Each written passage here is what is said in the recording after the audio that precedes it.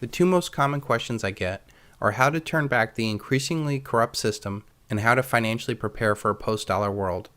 This does not surprise me since fear and greed are the two most powerful motivators known to man. What will surprise you is that for once, the answer for both questions is the same.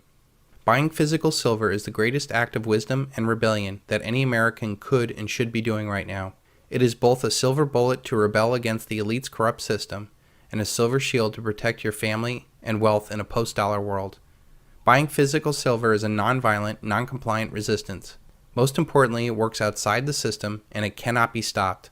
As long as you play by the elite's rules, the elite will rule. Any effort to work within the elite's paradigm will fail. The Tea Party March on Washington failed.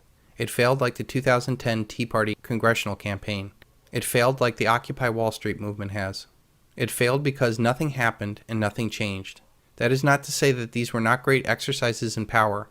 It just never will bring about any real change, because awareness campaigns and marches are not enough. Let them march all they want so long as they pay their taxes. Alexander Haig. The elite that own and control our paradigm do not care what we say or do, so long as we do not threaten the root of their power. We have to hack at the root. This silver bullet and silver shield plan will fundamentally change the game and do it from outside the system. It will overthrow the elitist system that enslaves us with debt and do so without a shot being fired. Most importantly, there is no way the elite can stop it. The plan is quite simple. Sell every single asset you own right now and buy physical silver. As with anything in life, knowing the answer is not as important as knowing the why. The why is what brings about fundamental change in your thinking. This change in thinking brings absolute certainty to the outcome. Absolute certainty brings about massive action. Banking was conceived in inequity and was born in sin. The bankers own the earth. Take it away from them, but leave them the power to create money, and with a flick of the pen, they will create enough deposits to buy it back again. However, take it away from them, and all the great fortunes like mine will disappear, as they ought to disappear, for this would be a happier and better world to live in. But if you wish to remain slaves of bankers and pay the cost of your own slavery, let them continue to create money. Sir Josiah Stamp, director of the Bank of England, appointed in 1928, and reputed to be the second wealthiest man in England at the time. Silver is the Achilles heel of the elite's paradigm. By transferring their fake corrupt paper money into real honest money like silver, it will ultimately destroy the control of their money debt system. The more money debt they create, the more it will work against them as we put more of that money into silver. Every single evil in this world is made possible only through the elite's debt money system. Through the control of the privately and foreign-owned central banks, the elite control our money, our food, our industries, our government, our media, our natural resources, our capital markets, our military, and ultimately you. This iron fist control enables wars, propaganda, police states, corruptions, pollution, crime, drug trade, disintegration of families, etc. In fact, if you show me an evil that you fight against, I will show you how it all comes back to the very corrupt basis of our money. I intend to show how silver is an antiseptic for all these ills. Buying physical silver acts both as a silver bullet to all the evils in the world and a silver shield for all that you love in this world. Buying physical silver will bring about more political change than all the political campaigns will ever do. It will reverse the tide of wealth going to the elite and even Asia. It will stop tyranny and free billions from the bondage of debt slavery. It will bring about a new era of human progress unlike anything you can imagine right now. If we simply take away the elite's power, how fast and far could we progress as a race if we did not waste our efforts on debt, wars, and taxes? The silver bullet and the silver shield can and will bring about this change. Now that I've raised the bar to the moon, let's get this show going. Buying physical silver can be the second American Revolution without firing a single shot. In order for a revolutionary idea to take hold, you must feel it in your soul. It is important to know that not everyone has the same motivations. I will attempt to lay out as many rationales as I can to help you commit to this plan and encourage others to do the same. I will use both positive and negative motivations on why you should be buying physical silver. I will appeal to your rational and irrational desires. I will give you the financial, historical, political, geological, mathematical, legal, intellectual, emotional, and even spiritual reasons why you should be buying physical silver. To buy or not to buy physical silver is the greatest decision you have to make before the worldwide collapse of the debt-based fiat currencies. If you fully commit to this idea, you will be taking charge of your future, and I believe you will be creating generational wealth. If you do not commit to this plan, I bet your grandchildren will curse you for not taking advantage of this opportunity of a lifetime.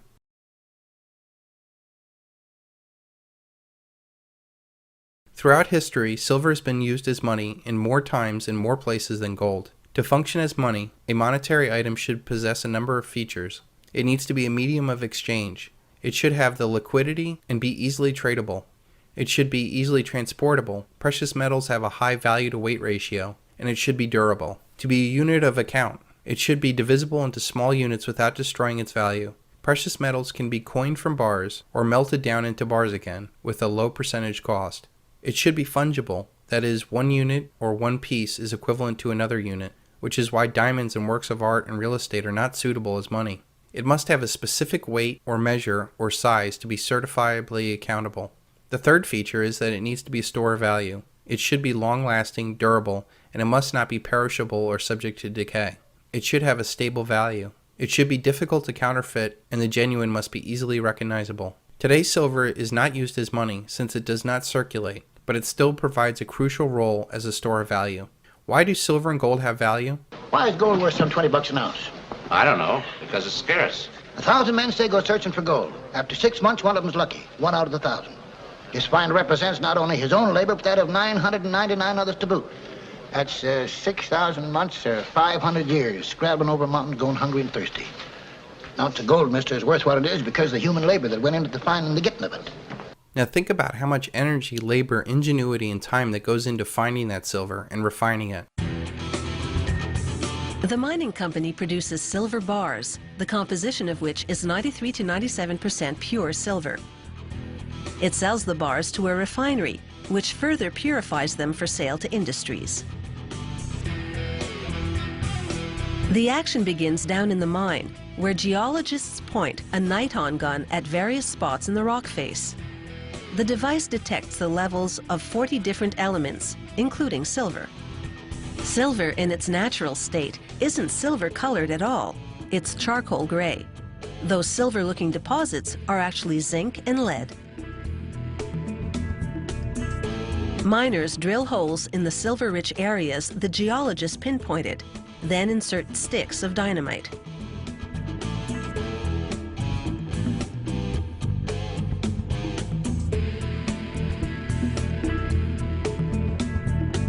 After the blast, carts haul the chunks of rock, called ore, to the surface. Geologists then test ore piles and blend them as required to achieve a consistent amount of silver content per kilogram of ore. The ore first goes into the primary crusher. The machine's huge steel teeth break up the big chunks into smaller pieces. Those pieces then drop through grates below into the secondary crusher, which breaks them down into even smaller pieces. Those go into vibrating cone crushers, which pulverize them into tiny pieces.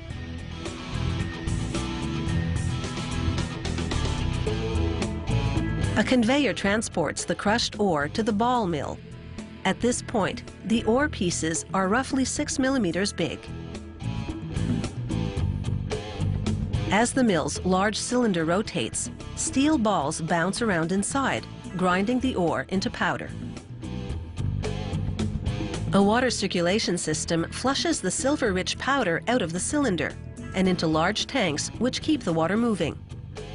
To separate and dissolve the metals the powder contains, workers pour in acid. 72 hours later, the rock waste now settled at the bottom, the solution containing dissolved silver is pumped through filter presses. The filter plates are treated with a zinc-based chemical which attracts silver molecules. As the solution passes through, the plates trap particles containing silver, forming a layer of black powder called silver precipitate. This precipitate is composed of approximately 50% silver and 50% waste, the waste being a jumble of various metals, dirt, and other impurities. To separate the silver from the waste, they first dry the precipitate in a gas furnace for a couple of hours. In the mining company's lab, technicians continuously test ore samples to determine the grade, the term for the quantity of silver per kilogram of ore. They heat the samples to 1093 degrees Celsius for about an hour to burn off the impurities. What's left after the burn-off are the silver and other metals, such as lead, zinc, copper, selenium, and cadmium. Lab technicians then treat the samples with a chemical that prevents silver from burning off and put them back in the oven. When the samples come out about an hour later, all the other metals have burnt off and only silver is left.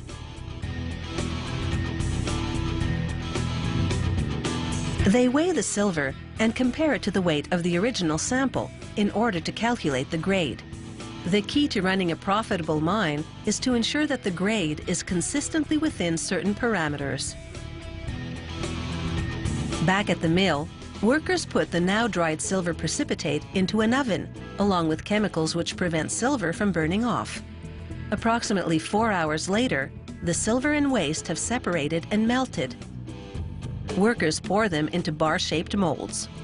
The silver, being heavier, settles at the bottom.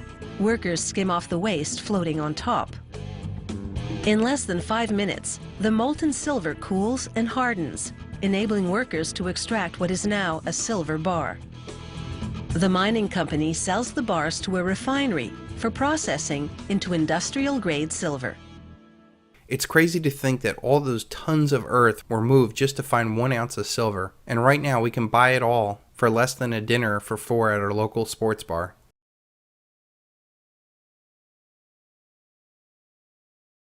Why should I choose silver and not gold? 95% of the gold that's ever been mined is still in existence in some form or another because it has been treasured. And yet 95%, if not more, of the silver that has ever been mined has been destroyed or used in such small quantities, for all practical purposes, it's gone forever. The elite and their central banks own tons of gold and no silver. Silver is cheaper than gold. The average American can buy 1 ounce of silver without much thought. But if he wants to even buy 1 ounce of gold, he would probably have to talk to his spouse about it. This means that when the chickens come home to roost, people will be able to afford silver on the way up than they will be able to afford gold. Gold has very few uses compared to silver. Gold mines are common, but silver is mined mainly as a byproduct of other minerals and metals like zinc. The Gold Antitrust Action Committee has led the charge for years in exposing bankers' manipulation of gold. Their investigations and awareness campaigns have led to a heightened awareness of gold in the investment community. GATA is headed by Chris Powell and Bill Murphy. This group spent $265,000 to get a full-page article in the Wall Street Journal asking, "Where is our gold?"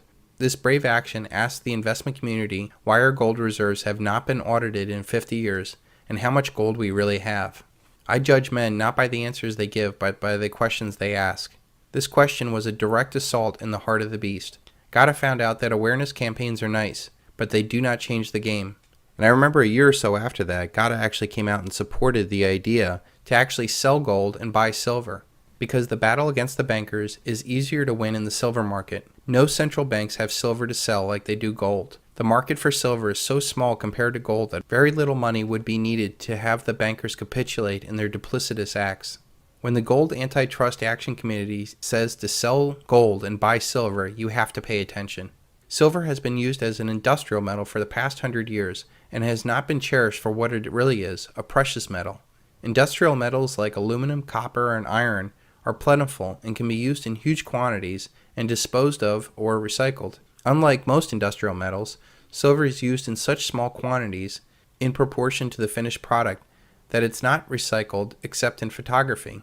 My socks have nano silver on them too, and they kill the bacteria that ew. Silver literally has been thrown away into toxic trash piles all over the world and thus has disappeared. In fact, here's a chart showing for the past 64 years the world has consumed more silver than it's produced.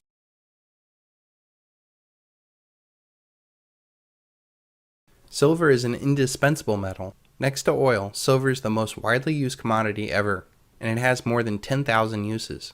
As technology progresses and expands, silver's usefulness will explode even further. Its unique characteristics are unlike any other commodity in the world. It is the most reflective of all metals. It is the greatest conductor of both heat and electricity.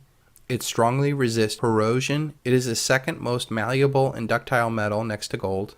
It has recently been discovered to be a very effective antimicrobial and bacterial metal. It's used in batteries, bearings, brazing, soldering, catalysts, clothes, coins, electrical components, electronics, electroplating, photography, medical applications, jewelry, silverware, mirrors, coatings, solar energy, and water purification.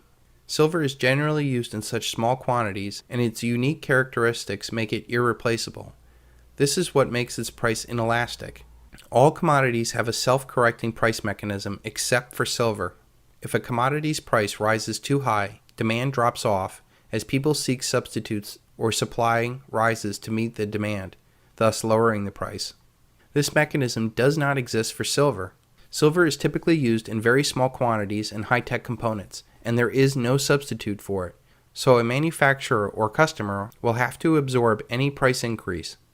Silver is now starting to be used in clothing to reduce odors caused by bacteria. What is remarkable about it is that by weight, silver represents only 1/40,000th of the total of inputs on that shirt. When used in such tiny quantities, silver's price is almost irrelevant. Over 20 million tons of polyester sportswear produced every year. The textile industry consumes 1,200 tons of silver annually. That's 38 million ounces. Let's say, for example, the average computer contains 1/10 of an ounce of silver. That would mean that there is about $3 of silver in the computer. Now let's assume the computer in question costs $1,500. If silver were to go to $1,000 an ounce, the same silver in that computer would be $100. Do you think Apple Computer is going to throw its arms up in the air and cry that they can no longer sell computers because silver is too expensive? No, they will raise the price of the computer and probably advertise that it has the most silver in it. Do you think the average consumer is going to say, I would buy a computer at $1,500, but at $1,600, no way? No, they'll find a way to get the extra $100 so they can read the latest online news about Miley Cyrus. It's not just consumer products that are at risk. It's the companies, the industries, the nations that are at risk. Apple has a market cap of $400 billion.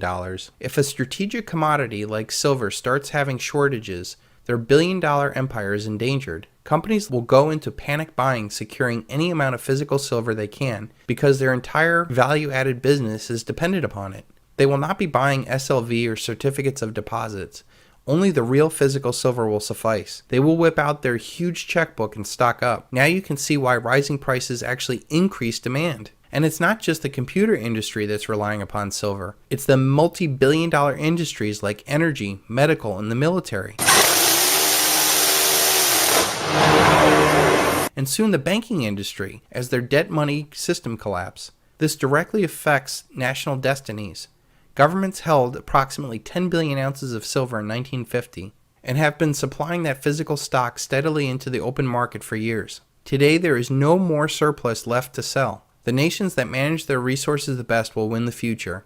Unlike industrial demand, monetary demand has no limits. The monetary demand will eventually send silver to the moon. How will quadrillions of fiat paper money flow into less than 1 billion ounces of silver? It's impossible. Paper is poverty. It is the ghost of money and not money itself. Thomas Jefferson. I have seen bright and intelligent men fail to understand that the electronic digits in their computer screens are not real money. They always do get it when you hold an ounce of gold or a 100-ounce bar of silver. It's a frightening aspect of our society that we've become so detached from real money that most of us cannot even comprehend real money. Do yourself a favor this week and go to your local coin shop and just touch an ounce of gold or a big fat shiny bar of silver. Then look at that wad of paper in your wallet, or worse, the digits in your bank account, and tell me honestly, where would you rather invest your future?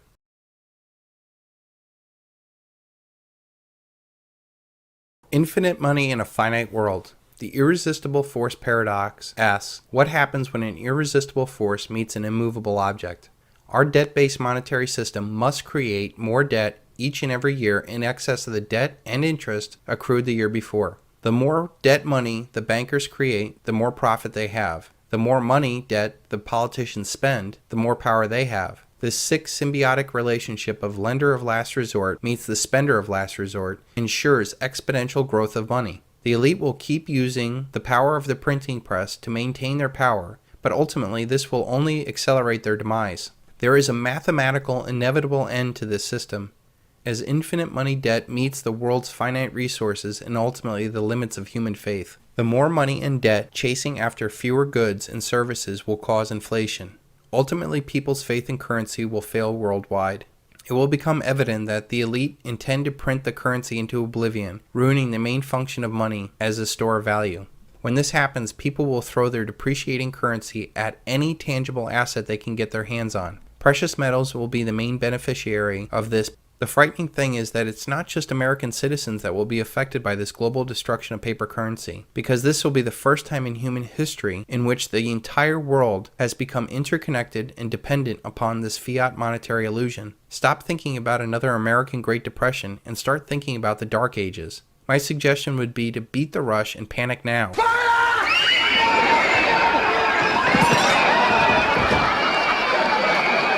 People are concerned with overpopulation, unfunded liabilities, global warming, and peak oil. For the most part, these are scary campfire stories the elite pawn on us to scare the masses into larger global governance. One key flaw to all these theories is that they rely upon our current monetary order remaining in place. Since the time of the Tower of Babel, man has built systems that work against the natural laws of our world. This has accomplished great feats, but like most man-made systems, they're built on the idea of pushing to the extremes and not focusing on balance. Inevitably, all things that go up must come down, and our monetary system is no different. With the collapse of the monetary order, all these theories and problems will cease to be issues, because they will be self-corrected by the end of the one thing that makes them possible: exponential growth of money and debt. When this current monetary order dies, so will millions, if not billions of people, as an era of unlimited money comes to an end. Think of the millions that are on food stamps that have no support system to carry them. Think about the billions of dollars in food subsidies ending, food riots, skyrocketing food and fuel prices globally. In this hyperinflationary collapse of the world's money, I predict that up to 90% of your money will go towards food and fuel. Not your mortgage, not your car payments, taxes, tuitions, medical bills, or anything else.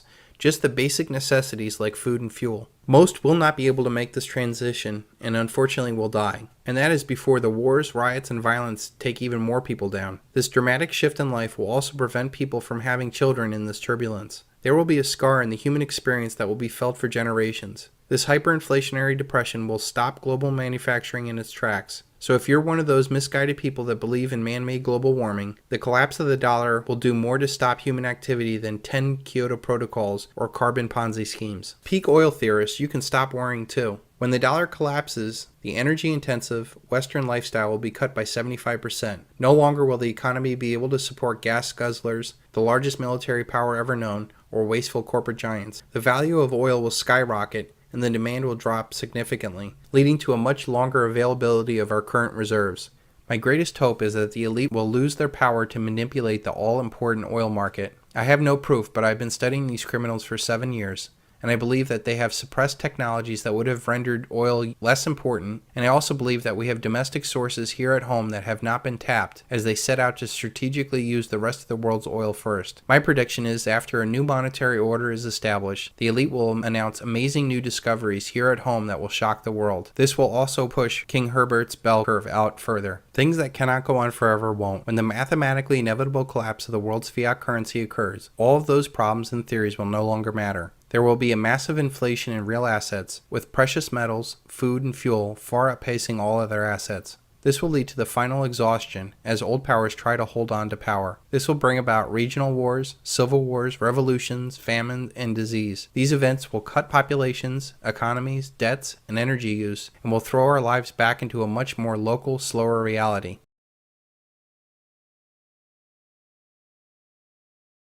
Silver has another awesome quality. It has a alloidial title to it. If you hold it, you own it. Almost every asset you own is controlled by somebody else.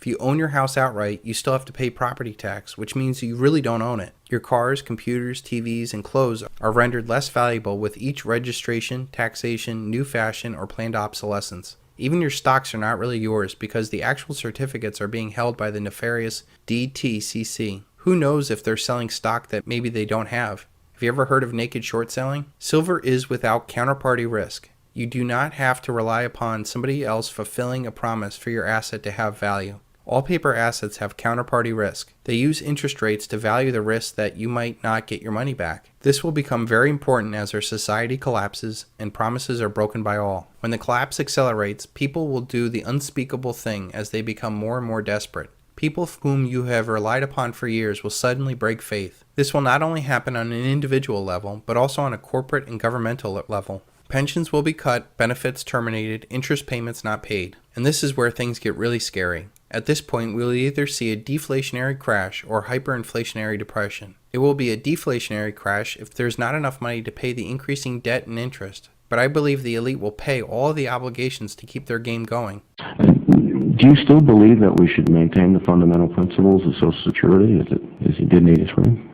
I think we should maintain the principles of Social Security, but I think the existing structure is not working, and that until we can construct a system which creates the savings that are required to build the real assets so that the retirees have real goods and services, we don't have a system that's working. We have one that basically moves cash around, and we can guarantee cash benefits as far out and at whatever size you like, but we cannot guarantee their purchasing power. And this is why the issue ultimately has got to be resolved in terms of, do we have the material goods and services that people will need to consume, not whether or not we pass some hurdle with respect to how legal financing occurs, because the financing is a secondary issue, and it's the means to create the real wealth, not an end in itself. This will get every promise paid with toilet paper currency.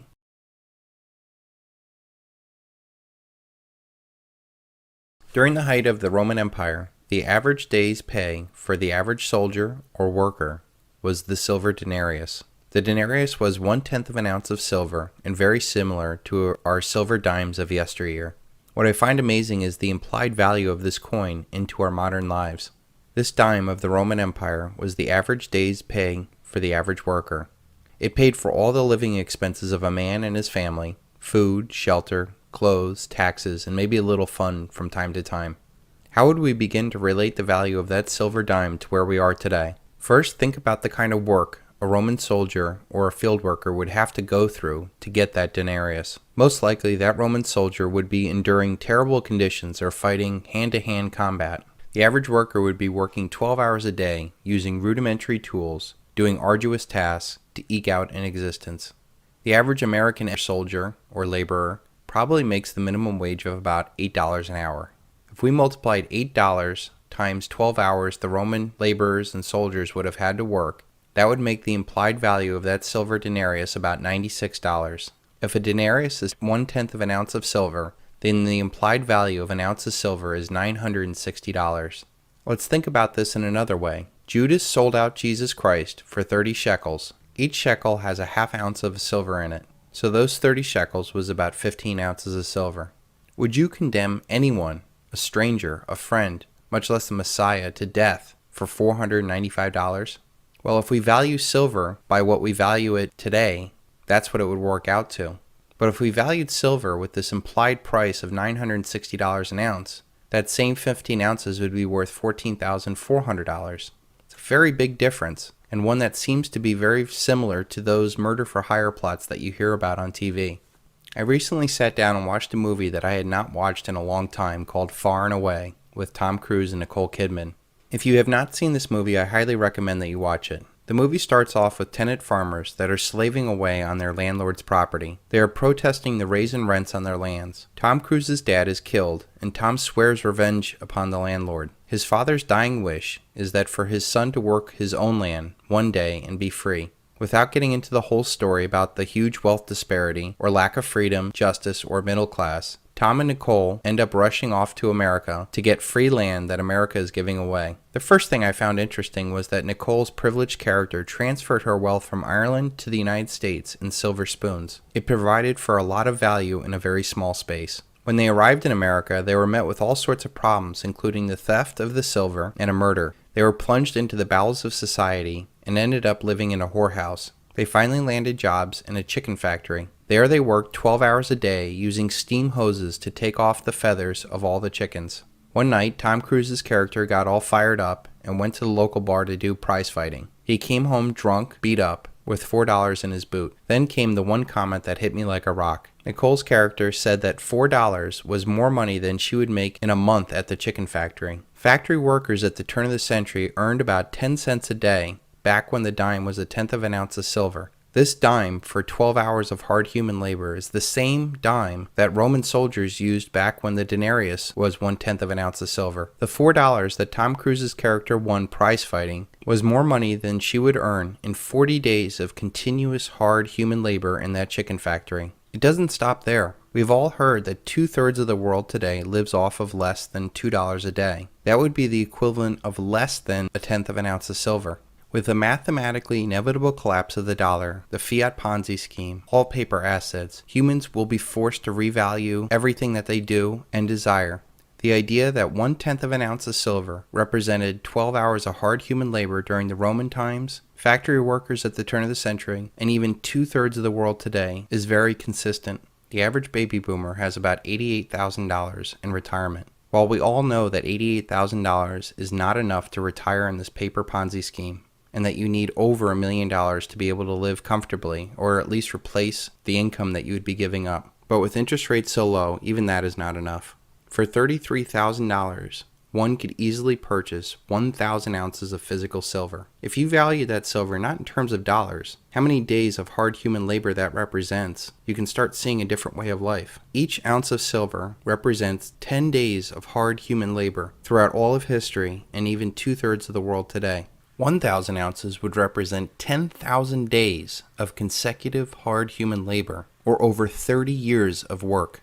Think about the historical significance of the average person being able to afford 1,000 ounces of silver. I had studied kings of England who did not have 1,000 ounces of silver in their coffers. In fact, for over 800 years, England had to use a tally stick system to act as currency in their country. During the fall of the Roman Empire, barbarians were at the gates of Rome and said that if Rome could pay 1 ton of silver, that the barbarians would go away. The Roman Empire could not or would not come up with a ton of silver to pay off the barbarians, and they were sacked. Today, that same ton of silver would cost just over $1 million. In the United States alone, there are over 11 million millionaires in the United States. Quite feasibly, one of these millionaires could liquidate their paper assets, retirement funds, stocks, bonds, and real estate, and easily afford 1 ton of silver, that which the Roman Empire could not or would not provide during its time of need. For about the cost of a new car, the average person can go out and buy 1,000 ounces of silver. The historical significance of that purchase is truly amazing. Even if you can't afford to buy 1,000 ounces of silver, think of all the silver that you buy in terms of days' labor. Can you buy 100 ounces of silver? That would represent 1,000 days of hard human labor throughout all of history and 2/3 of the world today. Even if you can only afford to buy 10 ounces of silver, that's 100 days of hard human labor when this paper paradigm collapses. Think about the buffer that could provide you and your family. The best estimates of the amount of silver that I see available are that there are 1 billion ounces of physical silver available.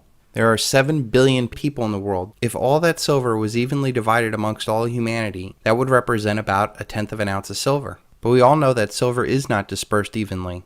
Silver is being accumulated into stronger and stronger hands, who will not sell this physical silver so long as this paper paradigm exists. For about $2.50, you can go out and buy a mercury dime. Each dime you buy represents 1 day's buffer of food, shelter, and clothing for you and your family.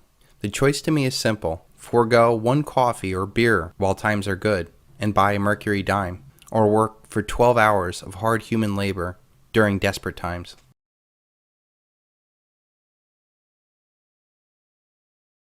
Right now, gold is nearly double its 1980 nominal high of $850.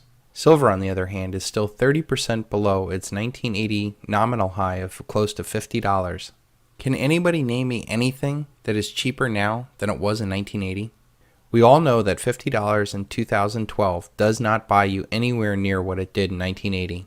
If we factor that record 1980 price of $50 in silver using the government's rigged inflation numbers, that means we would have a real inflation-adjusted high of silver at $130. That would mean that we're still 75% below the real inflation-adjusted high of silver back in 1980. If we use that same inflation calculator for gold, we would see the real high for gold is $2,300. This means that we're still 25% below that record in real terms. I believe the real high of silver and gold is much, much higher than that for many reasons. First, the government is lying to you about the real rate of inflation. A recent CNBC article shows that the government is lying to you even today about the real rate of inflation. They do this so they can steal from you, plain and simple. Every dollar that they print is a direct tax against your wages and savings. They need to keep your expectations low so that you will not panic while they are gutting you. The government hides this inflation of the currency through 4 major tricks.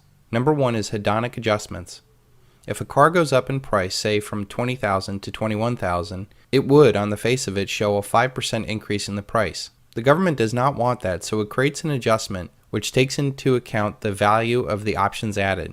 They arbitrarily create a dollar figure of value of, say, a better standard radio, better tires, lumbar support, upgraded cloth seats, and a dual exhaust. The government can say that that added $1,500 worth of value to that car. So in calculating for inflation, the price of the car went down 2.5% to $19,500. It does not matter if you don't want, need, or even value those options. The price goes up for you and down for the government. A trick corporations use is to say a 12-ounce can of soda is $1, and through smaller cans they are now 10 ounces and still charge you $1. You lose 17% of your soda, which costs more per ounce. The government says it's still a can of soda and it's the same price, so no inflation. Presto. The second trick they use is substitution. If inflation cannot be tamed through hedonics, they simply substitute a product in the basket with a less expensive product. Say the original basket of goods had filet mignon in it, and it went up from $9 to $10 a pound. They can simply substitute it with porterhouse steak at, say, $6 a pound, and actually say that inflation went down to eat meat. They can then substitute that with ground beef, chicken, pork, or even dog food. The very fact that people would substitute a higher product for a lesser one because of cost is clear evidence of inflation, and yet they use it to understate it. If housing remains too expensive, they use rental rates. Remember, it's all about containing your expectations. The third trick they use is weighting. When that does not work, the government changes the weighting of a hotter category with a lesser one. For example, healthcare and education are notorious for rising costs. They make up 20% of the economy, and for the CPI, the government might only weigh it as 15%, lessening the effect of the overall number. Or they might weigh certain regions of the country more than others. Or they might weigh discretionary consumables that are known to be falling in price, that we buy infrequently, and that are not vital to the necessities that we need and buy every day. The fourth trick is, when all else fails, they just don't count it at all. Left out of all these real inflation equations for the government are the most essential parts of our lives: food, energy, and taxes. I don't know about you, but these 3 things are the things that I care about most in my budget. In addition to these internal tools, the government can export inflation by sending money overseas so it never hits our economy. Also, if money can be pushed into stocks, it does not enter the real economy, and that also benefits the elite, especially when there is an orchestrated fleecing of the public through crashes. So there were the 4 tricks that the government uses to lower our expectations on inflation. They use hedonic adjustments, substitution, weighting, and subtraction. This allows the government to post benign inflation of 2.4% when the real rate is easily over 10%. So if the real rate of inflation is 4 times higher than the official CPI number of silver and gold, that would put the real high of silver at $528 and gold at $9,220. This is a much more realistic number because the money supply in the United States has been vastly increased since 1980. Using the broad component of M2, there is approximately 10 times the amount of money in the economy. So if silver was at close to $50 in 1980 times, 10 times more dollars in circulation would mean that silver is close to $500, and gold should be close to $8,500. With those numbers in mind, we are still miles away of hitting any real record in gold and silver. And this is just one factor in the price of silver. When you realize that there is a lot less silver in the world since 1980, $500 is too low. When you realize that there are 50% more people in the world since 1980, $500 silver is too low. When you realize that only about 15% of the world's population even had the opportunity to participate in the bull run of the 70s and 80s, $500 silver is too low. When you realize that there are a lot more dollars, euros, yen, yuan, and other currencies of the world since 1980, $500 silver is too low. When you realize that we are going to have a mathematically inevitable collapse of all fiat currencies, all paper assets like stocks, bonds, and real estate, silver is actually priceless.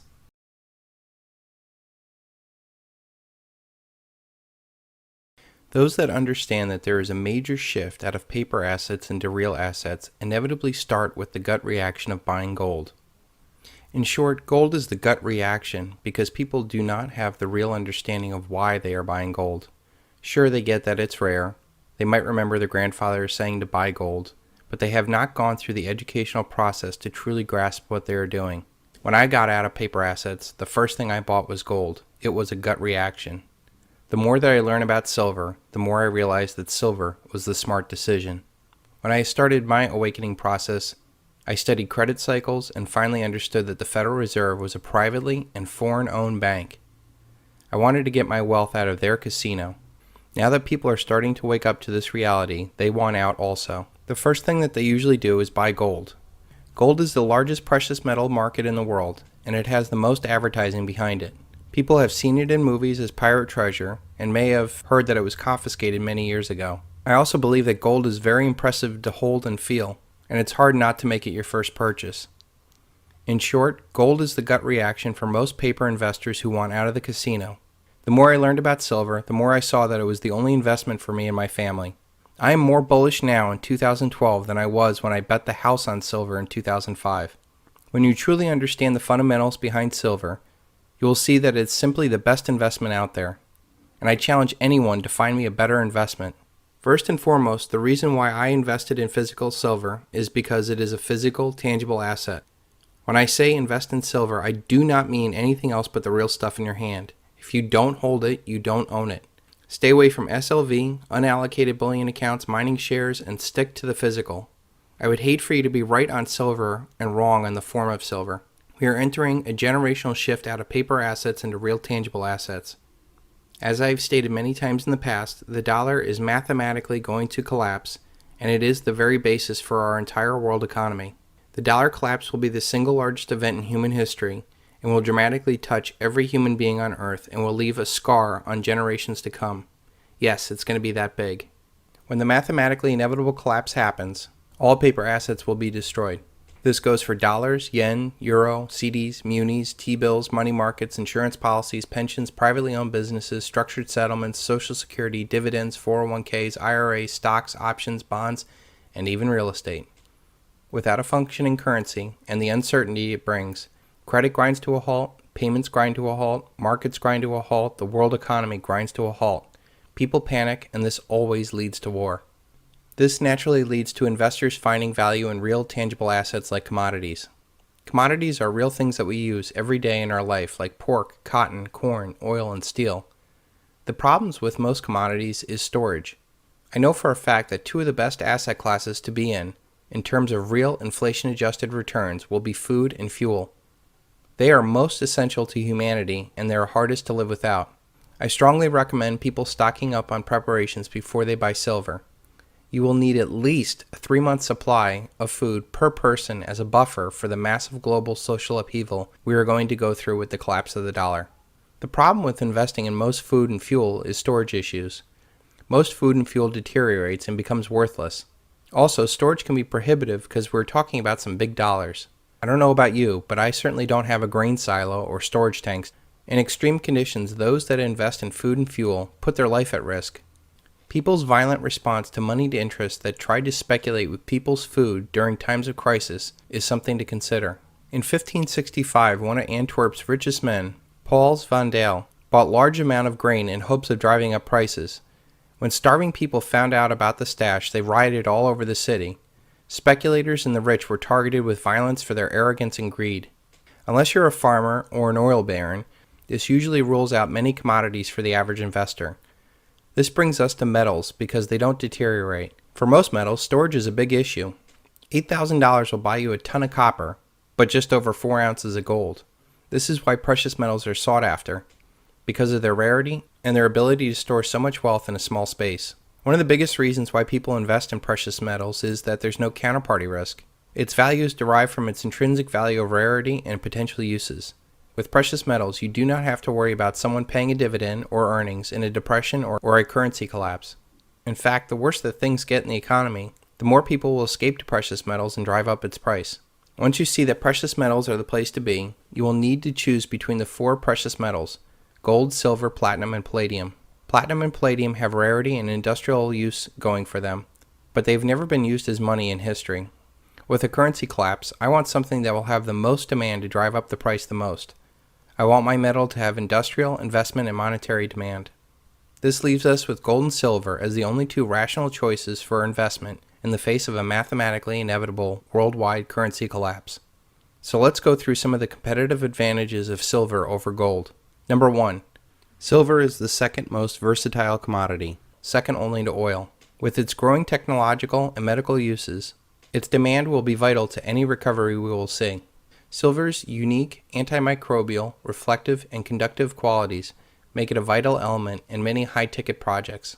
Since it is so vital and used in such small quantities, its price is inelastic. If silver goes to $1,000 an ounce, Apple Computers still needs a tenth of an ounce to make their $2,000 computer work at its highest quality.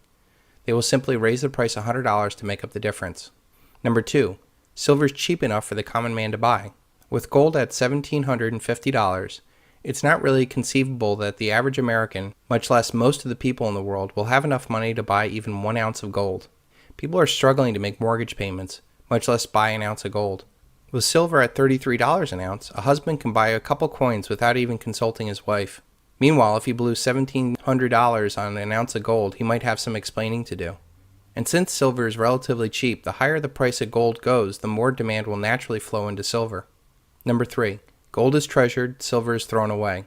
Since the dawn of man, gold has been treasured. In more recent times, silver has been trashed as an industrial commodity and not valued as a precious metal. With the rise of technology, silver has literally been thrown away in such small quantities that it may never be recovered. In fact, the United States Geological Survey said that if current trends continue, silver will be the first element to become extinct on the periodic table. Number 4. There are no large stockpiles of silver left. Over the past decades, we have been consuming more silver every year than we mine. This is only possible because we have used up all of humanity's previously mined silver. In 1950, it was estimated that there was 10 billion ounces of major stockpiles of silver. Today, there are relatively none left. So even though that gold is 10 times more rare than silver when mined out of the earth, the fact that gold has been treasured and silver has been trashed makes the silver that is left much more rare than the 10-to-1 ratio that it naturally occurs in. The gold to silver ratio is 1 to 50. It takes approximately 50 ounces of silver to buy 1 ounce of gold. If throughout all of history, for every 1 ounce of gold that has been mined, 10 ounces of silver have come out of the ground, how much longer can we expect to have a 1 to 50 ratio? If silver has been trashed for decades and gold has been treasured, how much longer can we have a 1 to 50 gold to silver ratio? If the amount of dollars invested in gold and silver at Sprott Asset Management, Gold Money, and the U.S. Mint is 1 to 1, how much longer can we have a 1 to 50 gold to silver ratio? At some point, the market's going to recognize the incredible opportunity. And when it does, it will most likely overshoot and make silver actually more valuable than gold. So, if you really want to buy gold, buy silver. You can buy 50 ounces of silver right now, and if the ratio falls to a 1 to 1 ratio, you can trade those 50 ounces of silver for 50 ounces of gold. Number 6. Silver has the largest and most persistent short position of any commodity ever. The only reason why a 1 to 50 gold to silver ratio exists is because the bankers sell paper silver into markets to suppress the price of silver, to give strength to the dollar, and the quadrillion-dollar paper empire that they rule. In May of 2011, when they crashed the silver market, they sold something like 8 billion ounces of paper silver into a market in 5 days. There is only 1 billion ounces of silver mined every year globally. This massive naked short position will unwind the day that they cannot deliver the silver that they promised. Number 7. The bankers are running out of silver and time. The COMEX registered silver inventory now stands at 35 million ounces. A little over $1 billion would completely empty the largest stockpile of silver. To put that number into perspective, last Friday the United States government increased our federal debt by $120 billion. That $1 billion of registered COMEX silver would represent 12 minutes of increased federal deficit spending. If you see that quadrillions in paper assets are going to fail, and that most commodities are not suitable for investment, and how small the silver market is, it does not take a very large stretch of the imagination to think what will happen when people try to get into this market. Since the gold market is so large, I think that we will see central banks and major institutions buying gold. But if they dumped $1 billion into silver, they would explode the market. $1 billion into the gold market would hardly make a ripple. Number 9. The majority of gold owners are bankers. If you look at the largest stockpiles of gold in the world, most of the owners are central banks of the world. The very guys that are destroying the paper markets are the largest owners of gold. There is not one central bank that I know of that even owns an ounce of silver. Since silver has been used more times as money throughout history than gold has, logic would dictate that at some point central banks are going to want to buy silver, and there's so few of it left. Number 10. Gold bullion is more reported than silver bullion. Gold is reported on twice as much in the media as silver. I would bet that if you only looked at major media, gold is probably reported 100 times more than silver, since silver is almost completely ignored. The only time I have ever seen silver reported is when we get a major smackdown in price and the mainstream propagandists strike fear in their consumer slaves on how scary the silver market is. When the dollar collapses, people will be clamoring to find answers, and they will naturally find silver. As the awareness of silver grows, so will its popularity. I believe at some point, silver will be more popular than Justin Bieber.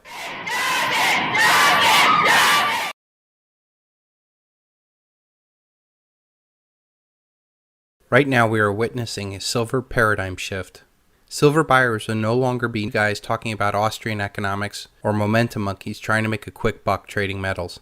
Soon it will be wide-eyed panic buying as people wake up to the fact that everything that they have ever worked for is being destroyed by the massive money creation of the world's central banks. Once people see that the only answer that bankers have is to print more money, and that the only answers politicians have is to spend more money, they will see that there is no safe place on earth to store their wealth other than real tangible assets, and no tangible asset shines brighter than silver. I predict that silver at one point will not be available for any dollar price, so you can throw away all your $50, $100, $500, or $960 price targets, because society will finally see the enormity of the fraud in the silver market. Once this fraud is exposed, no person on earth would dare let go of their silver for fiat paper money. Sure, a couple ounces might be available at the local shop, but the vast majority of silver markets will be as barren as the shelves of a post-collapse Soviet Union grocery store. This global mentality shift in asset values will lead to a paradigm shift where the world no longer wants debt money. Only real money will do in the new silver paradigm. Here are the 11 mentality shifts that I believe silver investors will go through as we enter this silver paradigm. Number 1. Physical investors who've been stacking physical silver will be stunned by the sudden appreciation. It will be akin to someone winning the lottery. They'll be shocked by the enormity of their newfound wealth, which occurs at the exact same time the economy becomes an absolute horror show. A shift in the perception of wealth will confirm that they are holding something truly precious. The years of being told that they were crazy for buying silver will finally give way to, you were right. After the shock wears off, the newly minted wealthy will seek to make the most of this once-in-a-lifetime opportunity. These men were astute enough to buy physical silver when everybody said that they were nuts. They are certainly not now going to give up what they have for some dirty dollars that they didn't want years ago. They will wait for something much, much better. They will not immediately seek opportunities to invest their new wealth in, because the final throes of the debt-based economy will be horrific. No one will invest when it is not certain what will happen to humanity. They will have no choice but to wait until the act plays out and the music stops. The second mentality shift will be long-term paper investors who've been sitting on the sidelines. They will rush to buy physical silver this time around. I cannot tell you how many people I know that have been literally dragging their feet buying physical silver.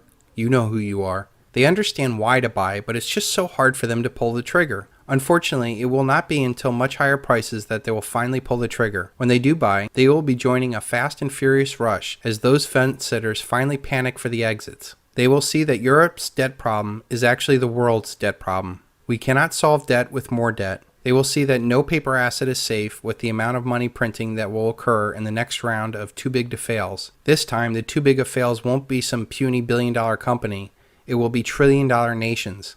I have said that there are quadrillions in paper assets and yet only a few 100 million ounces of physical silver on the market. Right now, there's probably less than 1% invested in silver. What will the price be if it went back to the 15% of the population like it did in the 1980s? Also, those paper investors who have been sitting on the sidelines have already been burned by the MF Global scandal. No longer will they trust those markets anymore, and only physical metal will do. Number 3. Silver retailers will be stunned as people throw their fiat dollars for real tangible metals. Some bullion retailers will celebrate and sell everything that they have at higher and higher prices. They will expect to buy it back at a lower price, but this time, instead of correcting, it keeps going up. After a short while, these former precious metal players will see that the world has changed and that they were on the wrong side of the trade. They will then become one of those panic buyers that they once celebrated selling to. Number 4, the smart silver retailer will see a mentality shift of the silver buyers and take the silver off the market. It will be one of wide-eyed, sudden panic that people's entire life savings are at risk and that they need to buy silver,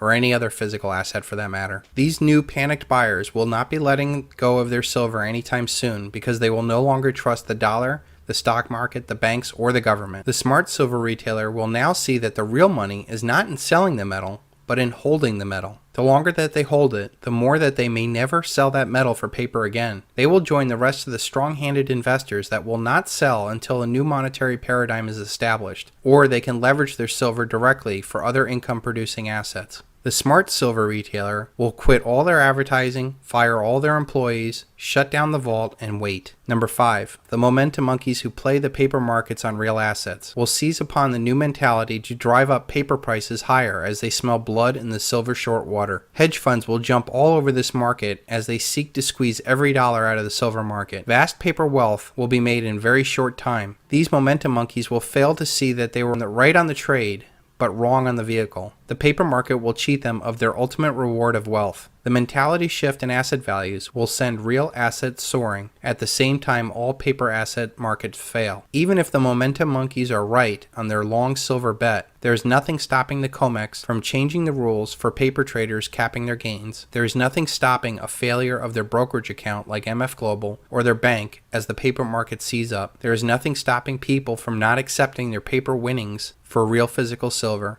There is nothing stopping the very dollars that they won from being right on the bet from not having any value at all. Number 6. Will JP Morgan end up being the ultimate silver buyer? Although JP Morgan has long been accused of being a massive short, in the final act, I do not expect JP Morgan to fall on the sword to defend a failing system. JP, along with many other banks, know full well the reality of the physical silver market. They have been perpetuating this fraud on a massive scale for years. They have kept regulators at bay by having their boys actually becoming the regulators. They know full well that they're trading 100 paper ounces to every 1 physical ounce. They're doing this because it's easy money to be made right now. During this silver paradigm shift, they will change with the wind and be the first in line for the real metal that they are in control of. These bankers will most likely shift their losing silver short positions onto some other shell company, pension fund, Federal Reserve, or most likely the taxpayers. These former silver shorts could ride the physical market all the way up. Number 7. Institutional silver sellers will take their silver off the market. Most people do not realize that the recent depletion of silver on the COMEX has not been from people buying and taking delivery of physical silver. It has been from the cancellation of warrants of sellers no longer wishing to sell. This is a huge factor in the supply side of silver that will push the price up further. Number 8. Miners will no longer seek to rush to push more real metal into the paper markets. If miners do sell their metal, they will most likely sell it in Asia where there will be a huge demand for the metal. These miners will also see that they could have huge power like OPEC or De Beers, and that there is great power in restricting the output of their product. Eric Sprott recently suggested to 11 of the top silver producers that they no longer sell their metal for paper dollars to put those dollars into a bank. That the best way to serve mining investors is for them to keep some of that metal in reserve as an asset,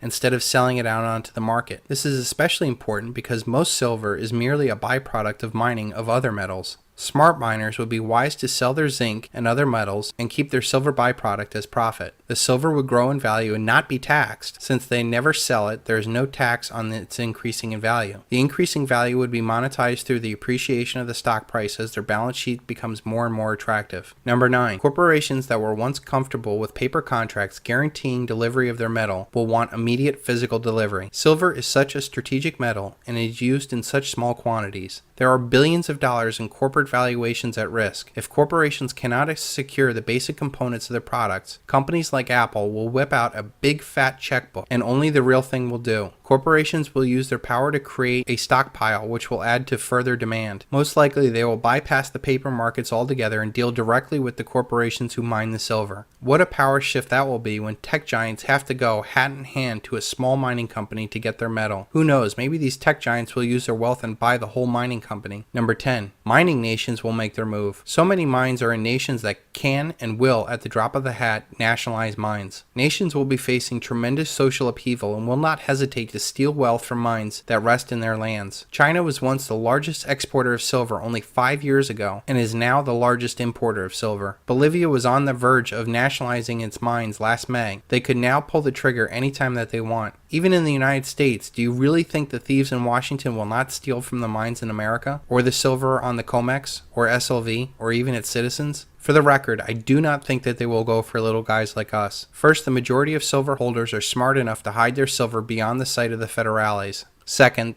the majority of silver owners I know are former military, gun owners who don't trust the government. They will never willingly give up their silver to anyone any more than they would give up their guns, food, or children. And if they won't give it up, what are they going to do? Send a SWAT team to grab some mercury dimes that may or may not be there? That will go over well. Finally, I believe that the government will have much bigger problems on its hands, with riots, wars, and starvation, to mount any effort of confiscation. And all of this assumes that these bozos in Washington and New York even understand how important silver is. Number 11. The anti-hegemon makes its move. I have written before that there is a group of nations that have not benefited from the current world order and are seeking a way to end it. They have been very wise not to agitate the mortally wounded beast of the Anglo-American Empire. They have been sitting on the sidelines, sharpening their knives, waiting for the right time to carve up their remains. China is leading these nations with their huge dollar reserves and opening up new markets like the Pan-Asian Gold Exchange and the Hong Kong Mercantile Exchange. These nations are using their paper assets to buy real assets all over the world. China is now on every continent buying oil, farms, and mines. They do not waste their wealth on frivolous showcase properties like the Japanese did when they bought golf courses or Manhattan skyscrapers. They're buying assets that will be the basis of real power in the new paradigm. All of these mentality shifts and real asset values will ultimately lead to a silver paradigm shift in power. Those that have real assets will be the ones making the rules. Those investors who have physical metal will finally have the upper hand over the paper manipulators. Those miners will finally become more valuable than frivolous companies like Facebook. Those nations that have natural resources will have the upper hand economically over nations that have nothing else to offer but debt and death. A shift in power will be from those who produce nothing to those that produce something.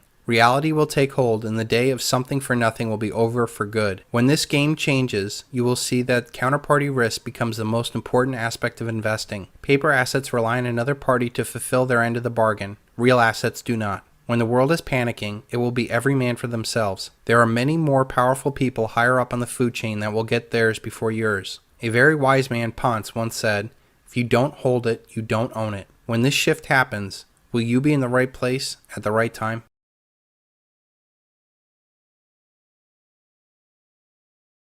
There are 3 demands of silver that will drive silver to untold heights over the next decade. These demands will rise dramatically just as it becomes apparent the supply of silver becomes scarce. The confluence of these 2 forces will destroy the quadrillion-dollar empire of lies and the current debt war paradigm. I will show that these 3 demands occur at various stages, and the final stage is being set for the most dramatic rise in price we have ever seen. The first demand is industrial demand. First and foremost, silver is being used as an industrial metal. Silver is the indispensable metal. Next to oil, silver is the most widely used commodity ever, as it has over 10,000 uses.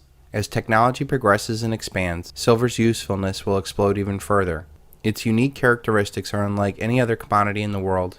It is the most reflective of all metals, the greatest conductor of both heat and electricity, strongly resists corrosion and oxidation, second most malleable and ductile metal next to gold, and it has recently been discovered to be a very effective antimicrobial and bacterial metal, and is now even being used in the war against cancer. Silver is generally used in small quantities, and its unique characteristics make it irreplaceable. This makes its price inelastic. All commodities have a self-correcting price mechanism except for silver. If a commodity's price rises too high, demand drops off as people seek substitutes, or supply rises to meet demand, thus lowering the price. This mechanism does not exist with silver. Silver is typically used in very small quantities in high-tech components, and there is no substitute for it. So manufacturers and customers will absorb any price increase silver provides. The industrial demand has been the primary demand of silver over the past decades. Silver users try to keep the real physical price of silver low. When coupled with the drawdown of billions of ounces of silver stockpiles over the years, this has been relatively an easy task. The industrial demand of silver is physical, but we will see that the industrial participants want to keep the silver price low so as to make more money on their value-added goods. This demand is growing and inelastic to price, which provides a very strong base for the next demand to put some more fuel on the fire. The next demand is the growing investment demand. This demand has almost been dead for the past generation of investors. This demand has a Jekyll and Hyde component to it. It has a paper trader component to it that simply wants a horse to bet on. These investors are primarily Anglo-American institutional investors and tend to want the silver price lower. But what they really want is to get big swings in the market. They trade anywhere from 40 to 1,000 paper ounces of silver for every real physical ounce in the market, and they only usually take about 3% of the real physical off the market when it is traded. This institutional demand is still in its early stages and seems content in the paper chase of the trader market. This institutional demand is set to grow not only in acceptance, but in worldwide audience and finally in physical metal. Institutions seem to follow the leader, and when it becomes apparent that silver is up 20% a year while the stock market is flat, it won't take long for these sharks to smell blood in the water, and they'll want more exposure to silver and other commodities. At first they'll play the paper market, but soon they will want the real thing. Foreign institutional investment demand is quite different than our institutional investment demand. They don't seem interested in playing the paper chase, and they want real physical silver. They seem intent on dumping dollars for real assets. The opening of the Hong Kong Mercantile Exchange is a good example of this. During the last bull run of silver in the 80s, only Western nations participated in that market. Since then, there is 10 to 20 times more capital in the world. There are 50% more people living in the world today, and now all of the world can participate in this silver bull run. China, India, and Russia are leading the charge to buy more and more precious metals. There are a lot of potentially useless dollars floating around the world, and they want real tangible assets in return. This type of foreign institutional investment demand wants higher prices and has the potential for backing the final demand, which will catapult silver into the stratosphere. The final investment demand is private investors. These investors typically want physical and only dabble in the paper trader market. These investors buy and hold, and they differentiate themselves from the other demands that specifically want a higher price for their investment. They plan on dumping their toxic paper assets and getting real physical assets outside of the paper chase. These investors are like ants, constantly taking food off the table and storing it for a rainy day. This demand is joining the industrial demand and taking real physical metal off of the market. But unlike the industrial users, the investment demand of private investors strictly want higher prices. The final and completely absent demand in this world is monetary demand. Silver has absolutely no monetary demand in the world. It is used in things and invested for protection against inflation, but nowhere in the world can you just buy things with it. I believe that with the mathematically inevitable collapse of the worldwide currencies, this new monetary demand will push silver through the sky. Some countries or local communities will monetize silver, and as history has shown, money goes to where it's most appreciated. All of humanity will be crying out for real money as they try to recover from the fiat something-for-nothing dream. This third and final demand, of monetary demand, is insatiable, as no one can ever have too much money. We have seen that industrial demand has been the driving force behind the silver market for decades. This demand wants cheap silver so as to make more money on their finished goods. This combination of cheap prices and more uses has pushed silver inventories to the brink, which attracts the next demand. Institutional investment is just now starting to catch up with a decade of silver outperforming almost every paper market. The dominant Anglo-American investment demand has primarily wanted lower silver prices as to not take away too much power from their paper money illusion, but they really want a paper asset to bet on. The final two investment demands are just now starting to take over the market. They want higher silver prices and primarily want physical silver. These investors are surrounding the elite and will eventually take control of the entire silver market. Finally, we have the monetary demand that only wants physical and only wants higher purchasing power. The foreign institutional investors and the individual investors will be more than happy to take their physical silver and spend it wherever monetary demand is most appreciated. This will not happen until after the mathematically inevitable collapse of the world's fiat currencies. Until then, it has been a great investment, and based off of what we've seen here, the final monetary demand will push silver much, much higher.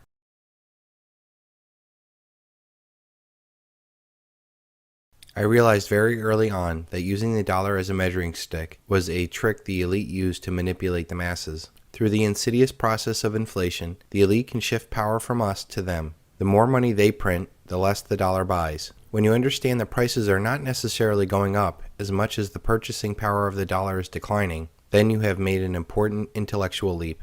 In May of 2011, when silver got close to its 1980 high of $50 an ounce, everybody was crowing that it was the bubble top. The reality is that $50 in 1980 had a ton more purchasing power than it does now. 31 years of debt and money printing has cut the value of that $50 tremendously. If you go by the rigged Bureau and Labor Statistics numbers, adjusting for inflation, silver would have to get back to $143 an ounce just to get back to its inflation-adjusted highs from 31 years ago. If you are using real inflation-adjusted numbers, like those from John Williams at shadowstats.com, then silver needs to at least get to $450 an ounce. And that is just accounting for inflation. When you factor in decades-long physical deficits of silver, trillions of unfunded liabilities, and the mathematically inevitable worldwide fiat currency collapse, the case for silver is even stronger. I knew the dollar could not be trusted as a measuring stick, so I started to search for something else to guide me. I found that ratio investing was the best way of overcoming this dollar-centric view of the world. The idea is simply taking the currency out of the equation and simply divide asset by asset to get its ratio of purchasing power. It is also important to use this line of thinking when you look back in history to make historical analysis of real purchasing power of silver, as we have seen with my historical case of $960 silver. Most importantly, this line of thinking will help you see values that we are investing for in a post-dollar world. So here are the 3 big charts that I watched for silver for the past 7 years. The first chart is the one that literally got me to bet the house on silver in 2005. When I got out, the ratio was 42,000 ounces of silver for the average house. Now it is close to 6,000 ounces for the average house. Using the ratio, so far the real purchasing power of silver has gone up over 600%.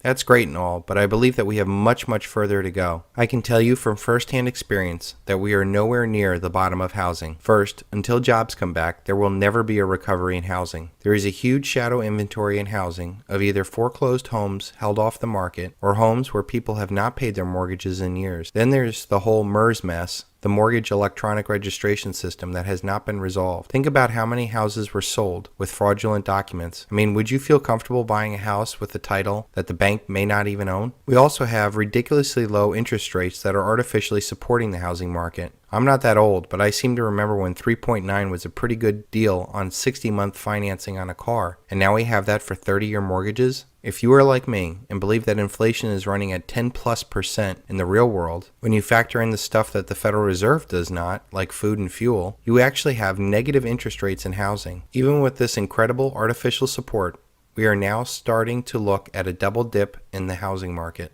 Let's get 2 steps ahead of the crowd. Say things do go to hell in a handbasket. The dollar crashes, interest rates skyrocket, necessities like food and fuel moonshot, wars, civil unrest, cats and dogs are friends, mass hysteria. What would that do to housing? At the very least, it would make it impossible to finance your house. What's your house worth without a 30-year mortgage? If you have a house that is worth $250,000 and interest rates that are at 4.9%, and for argument's sake, say that we did not have to factor down payment, taxes, or maintenance, your payment would be $1,316 a month. That is maybe something that people can afford right now. What if we go through this dollar collapse scenario, which I believe is 100% mathematically inevitable, and you are lucky to find a couple that can afford that payment and they're willing to buy your house, but say now interest rates are at 10%. You would have to sell that house for $150,000 to get that exact same payment. You see, people don't buy homes or cars based off of the asset. They buy it based off of the monthly payments.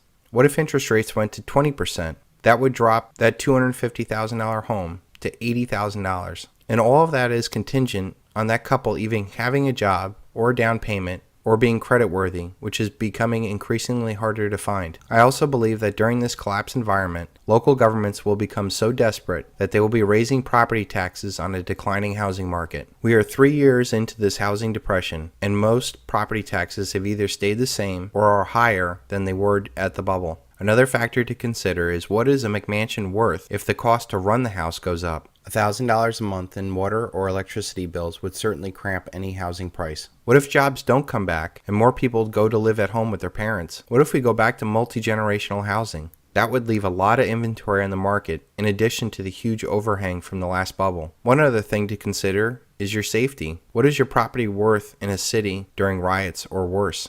The time to buy property is when there's blood on the streets. Baron Rothschild.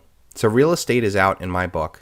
The average home price is about $246,000. The 200-day moving average of silver is at $36. So we are at a 1 to 6,833 house to silver ratio. Judging by my first chart, we could still see a 400% real return still in the house to silver ratio just to get back to the 1980 high where the average house was $72,400 and silver popped to a $50 high, which would make that ratio 1 to 1,448. I still think there is a very strong case that we could blow by that because we are in much worse shape as a country than we were in 1980. The next big chart I look at is the Dow to silver ratio, and we are just now getting back to the mean average of the Dow to silver ratio. This is after 10 years of silver outperforming stocks. At silver's 1980 peak, it reached a 1 to 18 Dow to silver ratio. That would almost be a 2,000% real return in purchasing power if we were to go to that ratio again. I would argue again that we are in a much worse scenario than we were in 1980. This market is now admittedly being propped up by the plunge protection team and high-frequency robo-trading. The Greenspan put of the 90s has turned into the Bernanke guarantee. The average dividend of Dow stocks is a paltry 2.6%, which after taxes and inflation is nothing. The Dow is double what it was in the middle of the crisis of 2008. If we go through the same kind of crisis this time, there will be no safety nets of savings that we did last time. On top of that, having my money sitting in a brokerage account in Wall Street does not sit well with me, especially after the MF Global scandal. The final chart I look at is the gold to silver ratio. Once again, we are just getting past the mean average. If we go to the 1980 high, we could still see a rise in real purchasing power against gold. The ratio that gold and silver come out of the ground is 1 ounce of gold for every 10 ounces of silver. And yet there is a 1-to-1 ratio in the amount of dollars that goes into gold and silver with Sprott Asset Management, gold money, and even the U.S. Mint bullion sales. We understand that gold has been treasured as a precious metal and silver has been trashed as an industrial metal for decades. On top of all of this, the paper manipulation on Wall Street, with the Andrew Maguire testimony, I think we will overshoot the 1980 high of the 1 to 14 ratio. Finally, we have the mathematically inevitable collapse of the dollar. When this happens, all paper assets will get burned. Only real tangible assets will thrive. I cannot find another asset that has the opportunity that silver presents us today. When the day does come, when I find another attractive asset class, I will use my tax-free strategy that I present in the Ultimate Exit Strategy to plow my real purchasing power into a new asset. Until then, I will keep my eye on these 3 charts and keep holding my physical silver.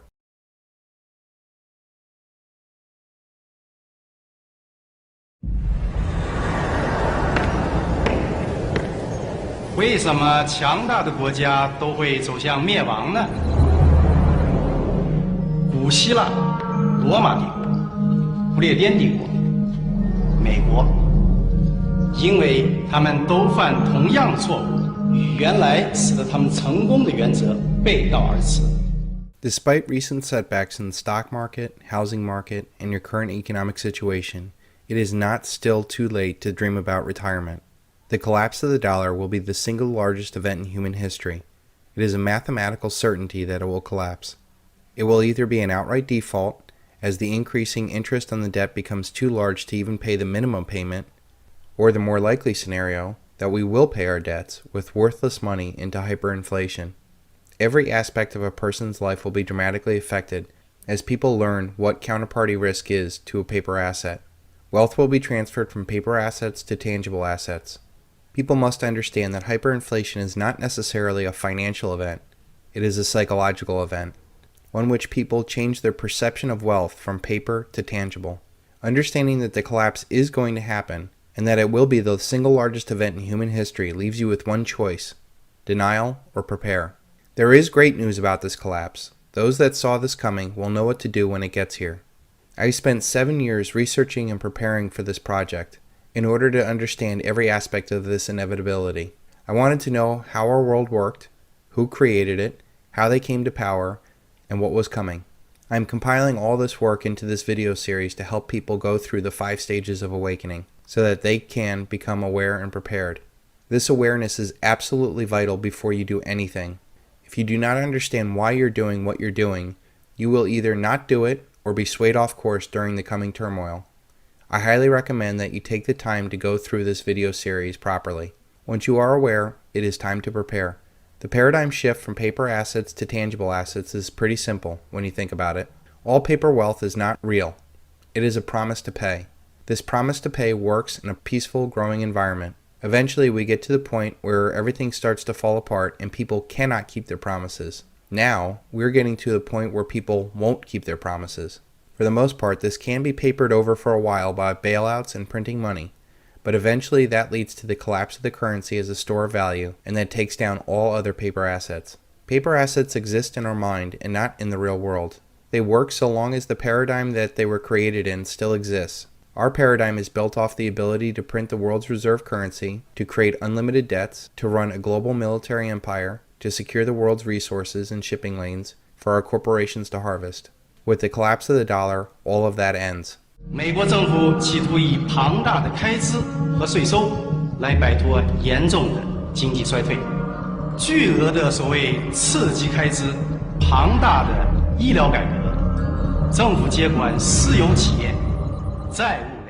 Tangible assets are real things that you can touch and have intrinsic value. Water, food, guns, tools, etc. are all things that you use in your daily life. You're going to need a buffer of supplies to deal with the violent transition society is going to go through after the collapse of the dollar. This buffer will be the things that you need and the means to protect them. Once you feel comfortable and you want to invest for the future, silver becomes the only obvious choice.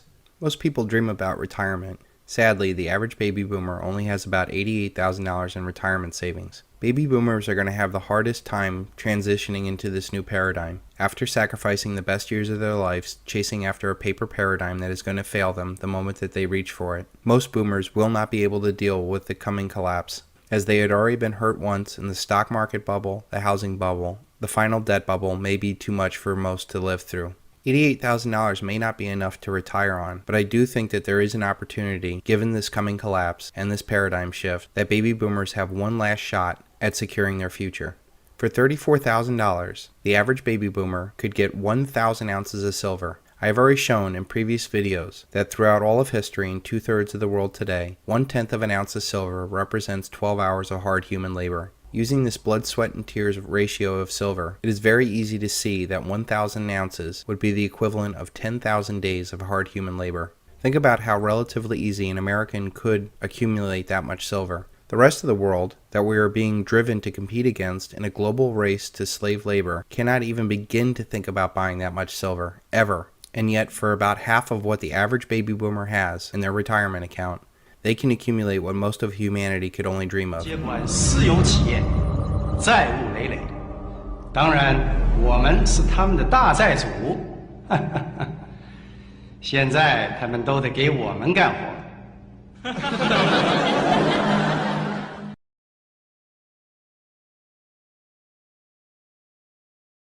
One of the most important things in the world to understand right now is that prices are not going up. It is the value of your money going down. The more money and debt spent by the federal government and the more money and debt that is created out of thin air by the privately owned Federal Reserve, the less value your dollars have. You're in charge. You're in charge of this thing called the United States government/budget, and it gives you political and fiscal authority to do, quote unquote, the right thing. Yeah. Would you mark to market balance sheets today and create the economic downside that would follow, or would you put in place or attempt to put in place some kind of economic policies to get you to a better place down some theoretical road? I mean, how do you solve a problem where you're spending 10% of, you're running a 10% fiscal deficit? You're not going to get growth in the absence of private sector credit demand. So the government's idea right now is we're going to export our way out of this. And when I asked a senior member of the Obama administration last week, how are we going to grow exports if we won't allow nominal wage deflation? And he says, we're just going to kill the dollar. And I said, okay, more you mean. So that's the only answer. And that's a dead answer. It's a dead answer. But that's where we're headed.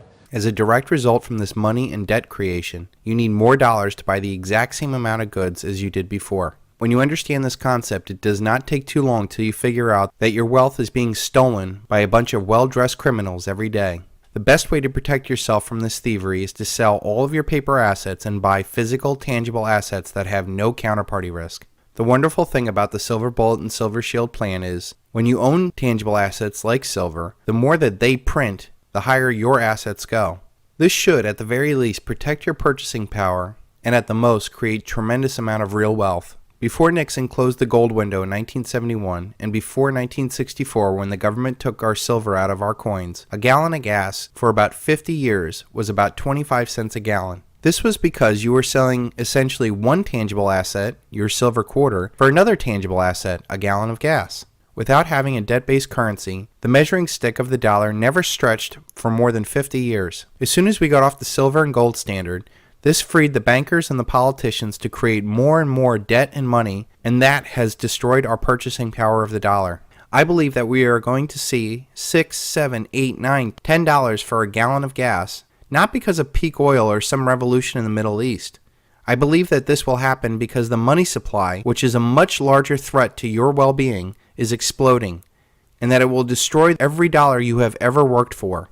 From 1920 to 1964, a gallon of gas could be bought for a single 90% silver quarter. In 2010, when gas was about $3 a gallon, guess how much those same 90% silver quarters are worth? You guessed it, about $3. Do you want to know what that 90% silver quarter is worth today? You can go to a site called coinflation.com, and right now that same quarter is going for about $6. The reality is that gas is not going up in terms of real money like silver. Here's another example of how to look at it. A gas station in Ashland, Oregon was selling a gallon of gas for 20 cents. But if you look at the sign, it specifically says if paid with pre-1964 dimes, quarters, half, or dollar coins. This is a great way to educate people about how much our currency has been debased. As you all know, the price of gasoline has not gone up as much as our currency has been destroyed by the exponential money printing diluting the value of our money. The obvious result of this inflation is that we need more worth less dollars to buy the exact same amount of goods and services. If you realize that decades before silver was taken out of our money in 1964, after JFK was murdered, an executive order 11110 was thrown out, a gallon of gasoline sold for about 25 cents. The reality is, this is a good deal historically speaking. I believe that silver is telling us that there is a lot more inflation on the way. Right now, that silver quarter is worth about $6, and I believe it'll go much higher than that. In fact, I believe it'll get to the point where you will not be able to exchange dollars for gasoline, because those countries and companies that sell gas will realize that the store value of the dollar is completely worthless, and they will not sell their precious resource for something that can be printed out of thin air. When that reality hits the world, only people who have silver will be able to buy gasoline. There will come a time when the dollar's value will decline so much that people will be begging for real silver. Silver has been trashed for decades as an industrial metal and not valued as a precious metal. This industrial use and supply deficit has destroyed most of the above-ground stocks of real physical silver. Now investment demand is starting to pick up to protect against the destruction of paper assets. This investment demand alone will send silver's value to the moon, quadrillions of paper wealth tries to find its safety into real tangible assets. The final hyperdrive for silver will be when people demand real money as their fiat money dies. This is when the purchasing power of silver will dramatically increase. There will be direct transaction of silver for real goods and services like this gas station shows. People will no longer fear the government like they do now. People will see that they have been raped by the criminal elite and do anything and everything to survive and not get fooled again.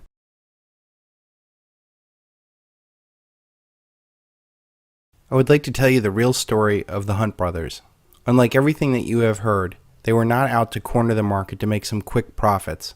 They were out to do what you are probably doing today. The Silver Bullet and the Silver Shield is the idea that you should be selling all of your paper assets and buying real physical silver. This physical silver will act as a silver bullet against all the things that are wrong with this world, and will act as a silver shield to protect your wealth. Quite simply, what the Hunts were doing was exactly that. They were out to protect their wealth, change the balance of power away from the bankers and politicians that were sliding the country into a collectivist nightmare back in the 70s. The Hunts were very successful and patriotic men that deeply believe that our republic is the best system ever devised on earth, and it offers opportunities to all. They despised the Washington and Wall Street establishment that was headed by their arch nemesis, the Rockefellers. The Hunts were also a huge benefactor in the early stages of the Libertarian Party that Ron Paul seems to epitomize today. Bunker Hunt was an enthusiastic proponent of the idea that all currency should be backed by precious metals like gold and silver.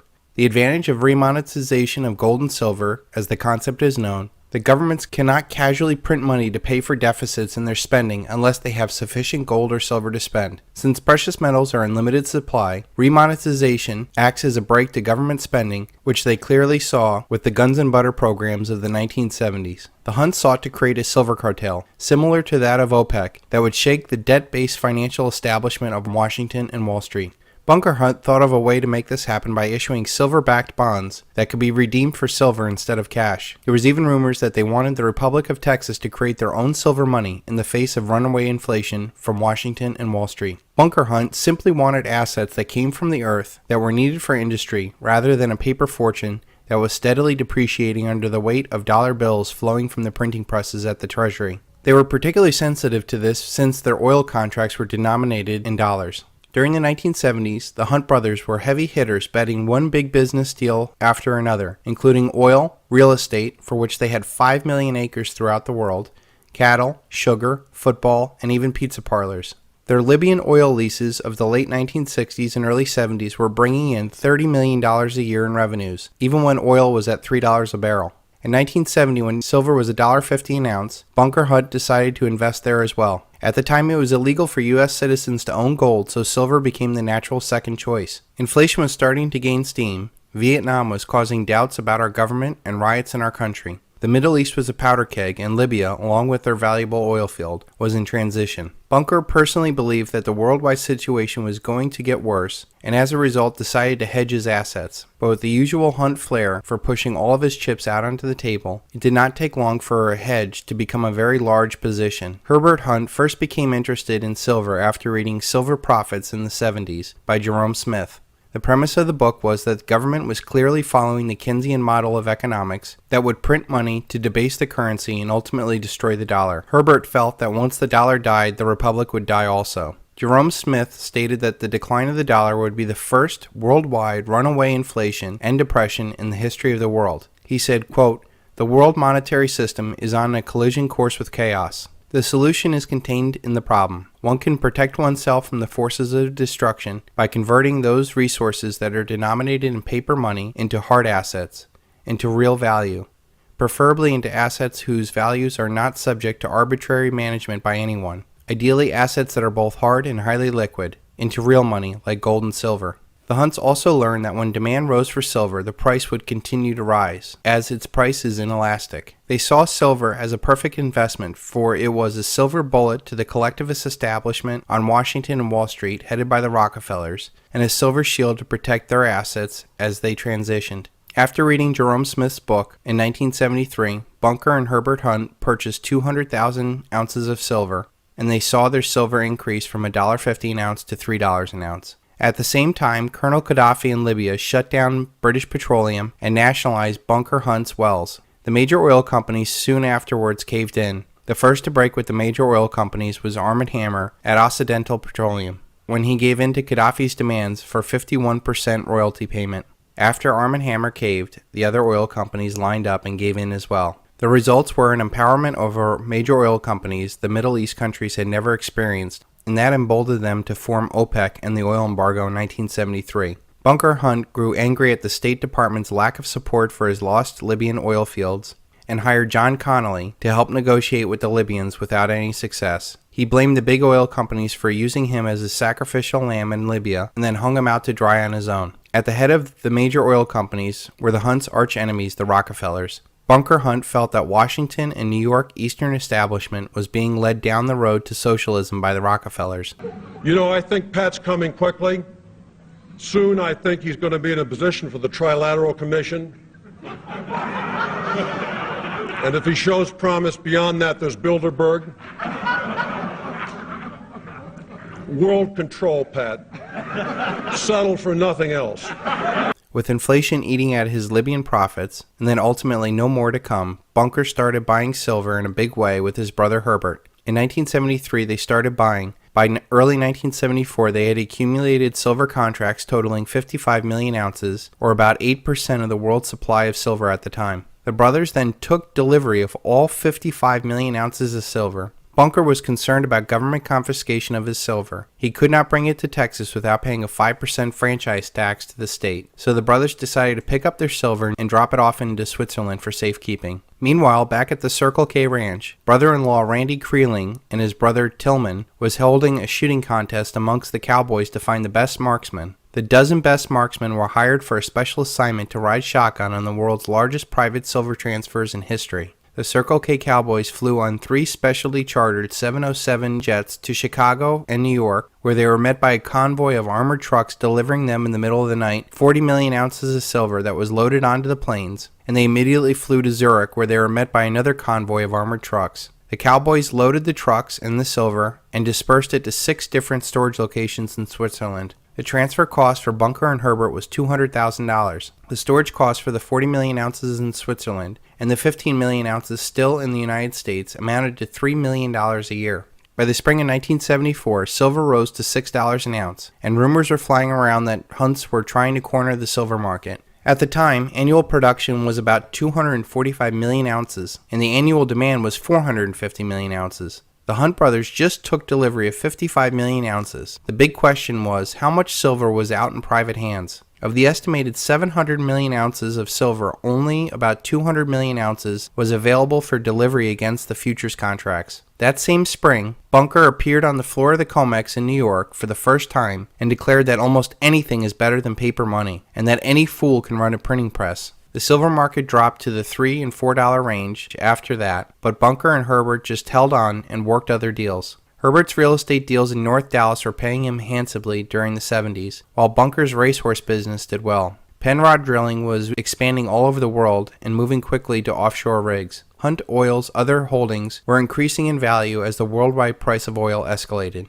In March of 1975, Bunker Hunt flew to Tehran to meet with the Shah's brother about purchasing silver. Bunker and Herbert still had their 55 million ounces of silver, and the price was walling around $4 an ounce. In spite of the fact that the boys were a little short on cash at the time, Bunker felt that if Herbert could take on a partner to resume the purchasing of silver, the price would rocket upwards. He met with the Iranian finance minister and suggested that the Pahlavi family invest in several million ounces of silver. The finance minister was not familiar with Bunker and asked him how much money he made. Bunker hesitated because as a private individual he was always downplaying his income as much as possible for tax purposes. He finally said somewhere around $50 million a year he was making. Bunker's hesitation put off the minister and the deal never went through. Not to be discouraged, Bunker set up a meeting with King Faisal of Saudi Arabia in mid-April. But in late March, the king was assassinated by his nephew, and the meeting never happened. In the fall of 1976, Bunker and Herbert took delivery of 20 million ounces of silver through a public company they controlled called Great Western United. Great Western was a part of H.L. Hunt's food division that mainly dealt in sugar and sugar futures. The brothers quickly devised a swap where Great Western could trade 20 million ounces of silver to the Philippines for sugar for their refineries. The Philippines would then trade the silver to the Saudis for oil. Herbert flew to the Philippines and worked out the deal with President Marcos, but at the last minute the IMF killed the deal. The IMF would not recognize silver as an asset of the Philippine government and would refuse other loans as a result. The deal fell through, and the brothers sold 20 million ounces of silver the next year. Once again, Bunker felt thwarted by the Eastern establishment headed by the Rockefellers. In the spring of 1977, the brothers attempted to take over the largest silver mine in the United States, the Sunshine Silver Mine, through Great Western United. They succeeded in acquiring 28% of the stock with an option to purchase the balance at a later date. They then turned to another commodity play and invested in soybeans.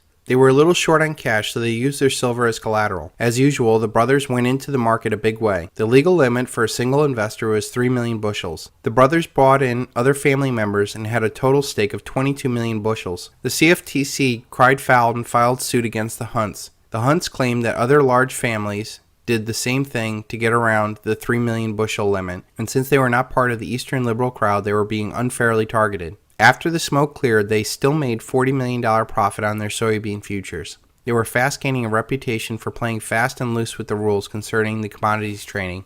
By By the late 1970s, the Hunt first family fortune was estimated to be in the range of $6 to $8 billion. In 1978, John Connolly introduced Bunker to a Saudi sheikh at the Mayflower Hotel in Washington. A year later, International Metals Investment was incorporated in Bermuda between Bunker, Herbert, and the two Saudi sheiks. It's speculated that the two Saudi sheiks were actually fronting for a member of the Saudi royal family. In early 1979, the price of silver rose steadily to $8, and the Sunshine Mine deal fell apart. The stockholders demanded more money for the balance of the purchase since the mine was now worth more due to the increase in silver. The Hunts' tender offer failed. They sold their interest back to the management trust. In the summer of 1979, the Hunt brothers started buying silver through the International Metals Investment Group, along with their Saudi partners. Over 43 million ounces of silver contracts were purchased through the COMEX and the CBOT, with delivery to be taken that fall. In the fall of 1979, the price of silver doubled from $8 to $16 in only 2 months.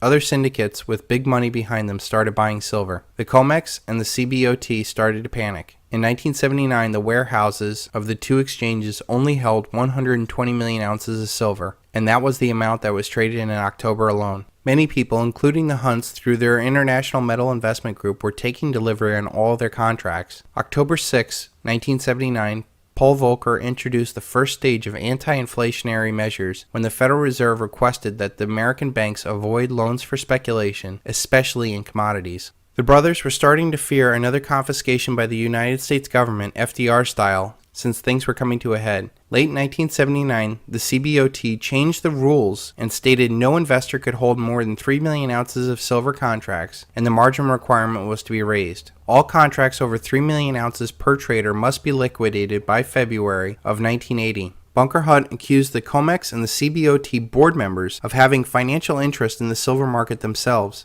Investigations later found that many had substantial silver short positions and were hemorrhaging money as Bunker sought to squeeze the market. Bunker knew that a shortage now existed, or they would not be screaming so loudly. He bought even more. The price on the last day of 1979 was $34.45. At this point, Bunker and Herbert held 40 million ounces in Switzerland and 90 million ounces of bullion they jointly owned through International Metals. In addition to all that, International Metals had contracts for another 90 million ounces due for March delivery from the COMEX. The younger brother, Lamar, had even entered the arena and had taken a $300 million silver position by the end of 1979. Finally, on January 7th of 1980, the COMEX changed the rules to only allow 10 million ounces of contracts per trader, and that contracts over that amount must be liquidated before February 18th. The CFTC promptly backed up that ruling. On January 17th, silver hit $50 and Bunker continued to buy. At that point in time, the Hunt silver position was worth over $4.5 billion, bringing their profits into silver at $3.5 billion. On January 21st, the COMEX announced that they were suspending trading of silver, they would only accept liquidation orders, and silver dropped $10 an ounce and stayed around $39 until the end of January. Scrap silver, old silver coins, and silverware came into the market, about 22 million ounces in all. In early February, the Hunt Group took delivery of another 26 million ounces from Chicago. The Hunt's North Sea oil through Placid Oil was coming online, and they would be generating $200 million a year from that venture alone. There was also talk of them taking over Texaco Oil. Bunker was also talking with Middle Eastern rulers about putting together another silver buying group. By March 14th, silver was down to $21 an ounce. Paul Volcker had raised interest rates and the dollar had firmed up. This made borrowing to speculate on silver even more expensive. International Metals held 60 million ounces of future contracts. Their margin call on those contracts amounted to more than $10 million a day. Bunker still believed that it would go back up if he could only promote more buying. He scrambled around Europe looking for a buying partner, but the more the price dropped, the harder it was to borrow money against his silver holdings to buy even more silver to hold the price up. Finally, on March 25th of 1980, the Hunt brothers ran out of cash. Bunker, Hunt, and Herbert simply said, "Shut it down."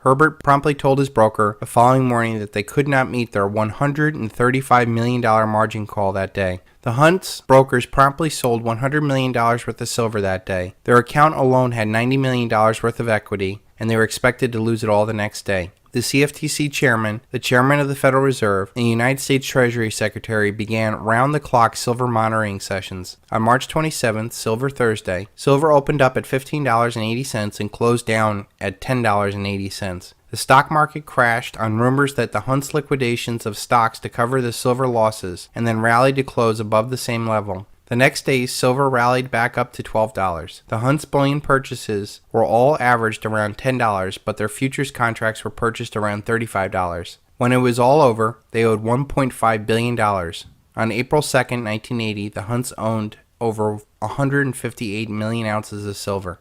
The Federal Reserve Chairman, Paul Volcker, gave approval for a bailout plan for the brothers fearing a financial disaster. A group of banks agreed to loan the brothers $1.1 billion. The family had to put up $8 billion in collateral with the banks.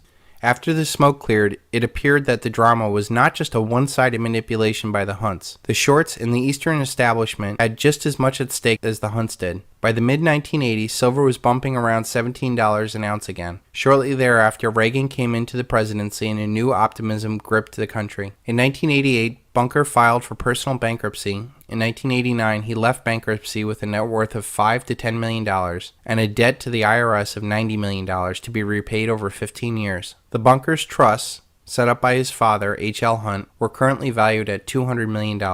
In 2003, they finally made their last payment to the IRS. One thing people should note is that for all the action in the silver market that the Hunts were doing, it had nothing to do with the gold market, which was clearly responding to the seizure of hostages in Tehran, the occupation of the Great Mosque in Mecca, and the Russian invasion of Afghanistan. The week that Russia invaded Afghanistan, silver rose 50% alone that week, from $24 to $36. Bunker later said that it was almost like the silver shorts had the power to manipulate the market, break the market, cost the longs a lot of money, and then turn the media on the longs and brand them as speculators. He thought the media would have been more discerning, but apparently the shorts had a lot of influence on them. I feel there are a lot of lessons here that we can take away from the Hunt story. First and foremost, take possession. If you don't hold it, you don't own it. By taking physical delivery of your metal, it takes away the basis of the illusion.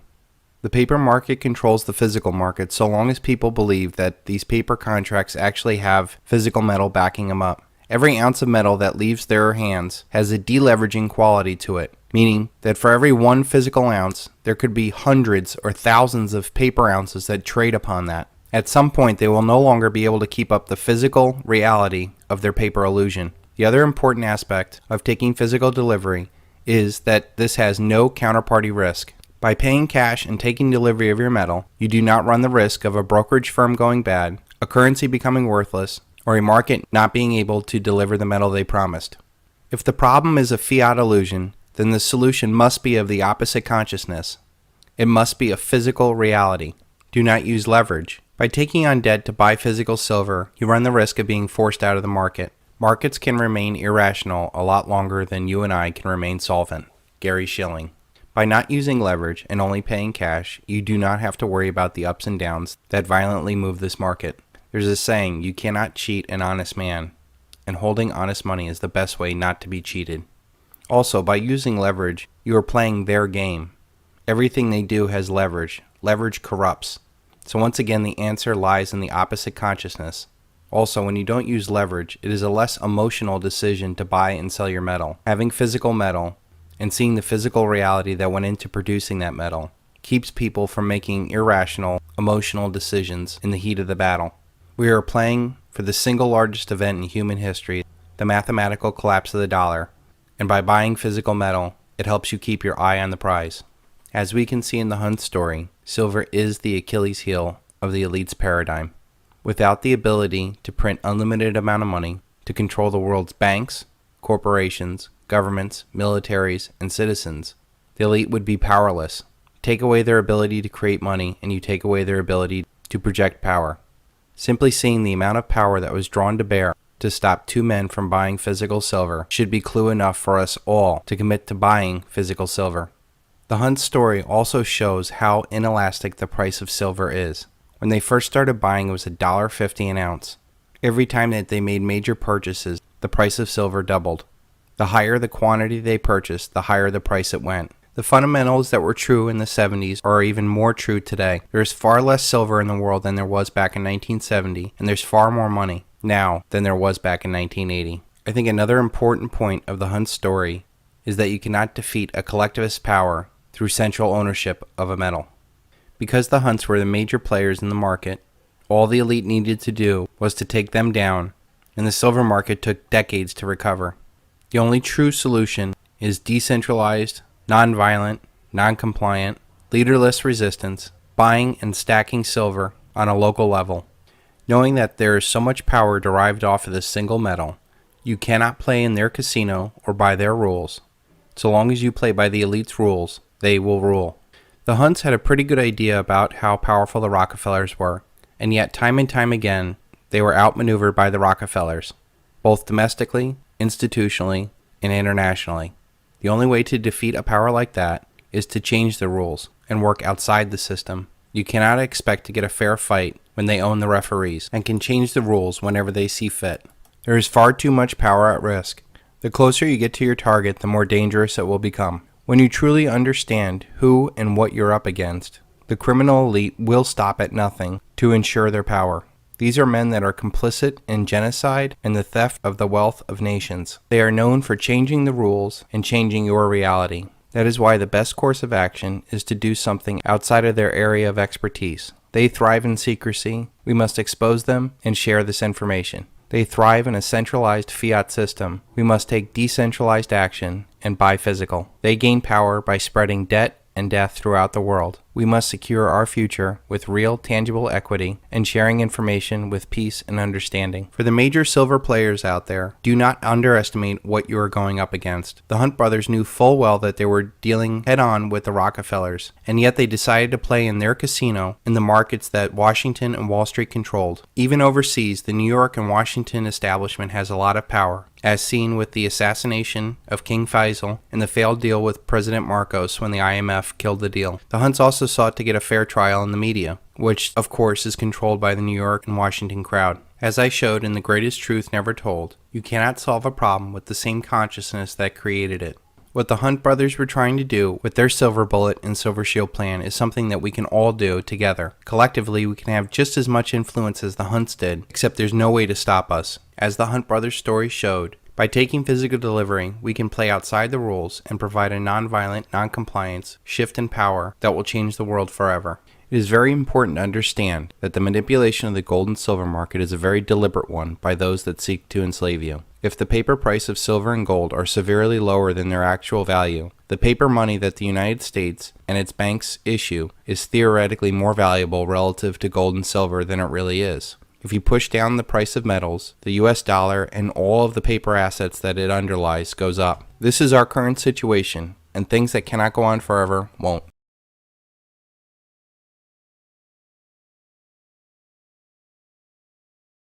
The Hunt brothers were not the last billionaire to make a move on silver. Warren Buffett bought 130 million ounces, or roughly 1/5 of the world's inventory at the time, in 1997. He held that position all the way until 2006. My question is, why is the richest man in the world, who's known for buy and hold and finding permanent value, be scared out of his position? The only comment I ever found disclosing what happened to this trade was Warren Buffett saying, "I bought it very early, I sold it very early.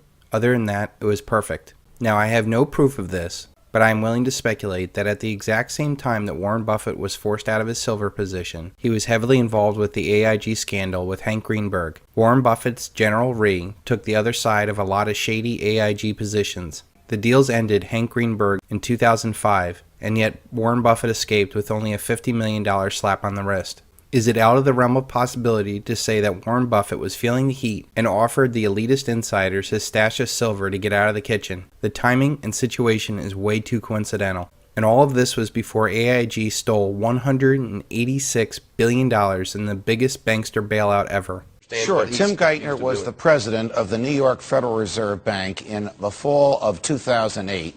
When the Federal Reserve and the Treasury and the White House and the Congress decided to bail out AIG. Right. In the process of that bailing out of AIG, many documents were exchanged. If you went to the bank to borrow money, you'd have to fill out documents. One of the documents AIG filled out said, "We owe X dollars to Goldman Sachs, and we plan on paying them 100 cents on the dollar." According to Bloomberg, Emails that came out yesterday say that lawyers for the Federal Reserve Bank said, we were told to strike this from the form so that AIG would not reveal to the Treasury Department or to the public that this money was going to be paid to Goldman Sachs because that's a politically toxic issue. Goldman Sachs making a fortune, making 100 cents on the dollar with federal funds. Now, if you go to buy a $25 savings bond from the federal government and you falsify the document to acquire that bond, you can go to jail. That's right. If you borrow $185 billion from the government, like AIG did, and you falsify a document, even if the government told you to do so, the people involved can go to jail. According to Bloomberg, one of the people who told them to do so was the now Treasury Secretary Timothy Geithner. And coincidentally, at the exact same time that Warren Buffett supposedly sold his silver, Barclays started the SLV ETF with, guess what, 130 million ounces. I have to admit, I was quite excited when SLV came onto the market in 2006. I love the idea of buying physical silver with the ease of buying a stock. However, it did not take long for rumors to come out that there was not enough physical silver backing the shares and that JP Morgan and HSBC, the largest shorts in the silver market, were also the custodians of that SLV. I then saw SLV as a paper scam to siphon off investment demand out of the physical metal and into another paper Ponzi scheme. SLV in a few short years has increased its reserves to 16 times the original inventory at its inception. I have seen weeks when SLV added 523 tons in 1 week to its inventory and the price of silver didn't move at all. That confirmed my suspicions. Since I have entered politics, I have chiefly had men's views confided to me privately. Some of the biggest men in the United States in the field of commerce and manufacture are afraid of somebody, are afraid of something. They know that there is a power somewhere so organized, so subtle, so watchful, so interlocked, so complete, so pervasive, that they better not speak above their breath when they speak in condemnation of it. President Woodrow Wilson, the president that signed into existence the Federal Reserve. There are more powerful people out there than even Warren Buffett. They are the men that own the world's central banks, and in turn, the world's governments, militaries, corporations, natural resources, and ultimately humanity. Give me the control of the credit of a nation, and I care not who makes the laws. Nathaniel Rothschild. Warren Buffett is now no more than a puppet of those that own and control the paradigm, namely the Rothschilds and the Rockefellers. In 2002, Warren Buffett and Arnold Schwarzenegger traveled to England to meet Jacob Rothschild, 1 year before Arnold became the governor of California. As a paradigm puppet, Warren is allowed to keep his wealth so long as he serves to keep the paradigm intact. Time and time again, he has come to the paradigm's rescue. He spoke words of confidence in 2008. He even bought part of Goldman Sachs. He perpetually toes the line on CNBC with Becky Quick about the value of Americans investing in stocks. He supports Barack Obama and the false left-right paradigm. He is a proponent of Obamacare. He says the wealthy are not paying enough and yet does not offer to pay more, or better yet, expose the system that is rigged to keep us down and profit those that are in control. He is for collectivist ideas like a heavy progressive income tax, the abolition of all rights of inheritance, and the centralization of credit of the state. These are just 3 of the 10 planks of the Communist Manifesto. If you're wondering why supposed capitalists are for these things, it's because it is a concentration of power to the wealthy at the very top. He speaks against derivatives and then invests in them. He complains about our trade deficit and then invests heavily in China. And now he has become a boisterous opponent of gold. If you offered me the choice of looking at some 67-foot cube of gold and looking at it all day, and maybe touching it and fondling it occasionally, and then saying, do something for me, and it says, I don't do anything, I just stand here and look pretty. And the alternative to that was to have all the farmland in the country, everything, cotton, corn, soybeans, 7 Exxon Mobils, just think of that. Add $1 trillion of walking around money. Maybe call me crazy. But not only am I going to call Warren crazy, I'm going to call him irrelevant and a hack. All of those things Warren owns, or says he would rather own than gold, only have value so long as the paper paradigm that he whores for functions. What good is all that farmland, 7 Exxon Mobils, and $1 trillion of Federal Reserve notes if we live in a world where Warren's bosses can create $16 trillion out of thin air, or simply regulate, tax, and even nationalize the companies and land? What good are any of those income-producing assets when we have the mathematically inevitable collapse of the world's first debt-based global reserve currency? What good are those income-producing assets when there is no economy because there is no currency? What good are those income-producing assets in a world full of war, riots, and death? Farmland and oil companies are income-producing asset, and gold is money, wealth protection, and insurance. They serve two completely different purposes in the investment world and act counter to each other when times are greedy or fearful. Warren Buffett could easily educate people on the two different purposes of these financial assets. Every 20 years or so, we go through shifts in perceived wealth. In the 40s and 50s, optimism propelled paper assets like blue chip stocks. In the 60s and 70s, fear caused tangible assets like oil, cattle, gold, and silver to outperform. In the 80s and 90s, paper assets like stocks were once again the place to be. Since 2000, tangible assets have been soaring while paper assets flounder. Unfortunately for Warren Buffett and the rest of the population addicted to paper assets, we still have another decade to go. And at the end, this will coincide with the mathematically inevitable collapse of the dollar, the demise of the U.S. as a global superpower, the fading age of the baby boomers, and most likely another world war. How will those paper assets handle that when there's no more high-frequency trading, banker bailouts, media propaganda, and the overall revulsion of those in power that either did nothing to prevent the collapse or at worst gutted the country so they could tack on another billion to the bottom line? Warren Buffett is irrelevant. What made Warren Buffett a great investor in the past was his ability to see value in stocks and ride the secular bull market that pushed his wealth to untold heights. But now he has so much invested in that paradigm he can't get out of it, so he's forced to defend it. Warren Buffett is irrelevant because that pretty brick of gold that does nothing has smoked this financial genius over the past decade, and yet he still has the gall to attack it. Since 2001, the average CNBC viewer is at best break-even if they invested in the Dow in nominal terms. This does not include for inflation and taxation. Warren Buffett's Berkshire Hathaway has returned a little more than 50% over a decade, and again, that does not include inflation or taxation. Meanwhile, that brick of gold that does nothing has returned 1,300% just sitting there. Perhaps people should be paying $1 million to have lunch with a hunk of gold instead of this has-been. Understanding where the market is going and getting there ahead of everyone else is the key of creating generational wealth. For example, if you got out of stocks in 2000 and bought a house, and then sold that house at the top of the housing bubble in 2005, and then plowed those profits directly into silver, you would have been up 3,500% over the past 12 years. And all of it tax-free and inflation protected. That's it. 2 simple trades done over 12 years has been all the difference. While this is an accomplishment I'm proud of, it is nothing compared to the real returns that we're going to see when this paradigm ends. With the mathematically inevitable collapse of the dollar, all paper assets will be rendered worthless as people learn the true meaning of counterparty risk. Only things that have real tangible value will have the means of protecting wealth, and nothing shines brighter than silver. In fact, it took 17,000 ounces of silver to buy 1 share of Berkshire Hathaway in 2001. Now it is 3,200 ounces. That is a dramatic loss in real purchasing power if you held your wealth in Berkshire Hathaway. And silver has not even started to get moving yet. And despite gold outperforming Warren Buffett over this past decade, he still comes out and says, it gets dug out of Africa or someplace, we melt it down, we dig a hole, we bury it again, and we pay people to stand around guarding it. It has no utility. Anyone watching it from Mars would be scratching their head. Warren Buffett is a hack. He could be telling the truth about how the world works and use his fame to help millions to avoid the single largest event in human history. He could explain to the masses what role gold plays in economics and liberty. But no, he sings songs lulling people back into complacency while the masses are led into generational slaughterhouse. He should be warning the world of what is coming and the dramatic impact of the mathematically inevitable collapse of the dollar will have on humanity. He could help millions into financial lifeboats like tangible assets with this fame. But no, he continues to pay lip service to a paradigm that only benefits those at the top, while the rest of the world continues to struggle with inflation, crony capitalism, banker bailouts, never-ending war, massive malinvestment, and outright fraud.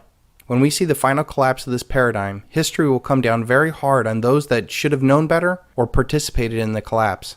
Now you may think that I'm being hard on the old man, but I know he knows better. How do I know this? Look at the writings of his father, Congressman Howard Buffett. I will not take time to review the history of paper money experiments. So far as I can discover, paper money systems have always wound up with collapse and economic chaos. One of the first moves by Lenin, Mussolini, and Hitler was to outlaw individual ownership of gold. you begin to sense that there may be some connection between money, redeemable in gold, and a rare prize known as human liberty.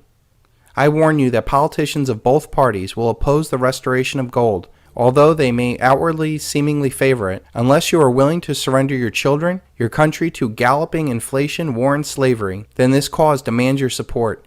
For if human liberty is to survive in America, we must win the battle to restore honest money. There is no more important challenge facing us than that issue, the restoration of your freedom to secure gold in exchange for the fruits of your labor.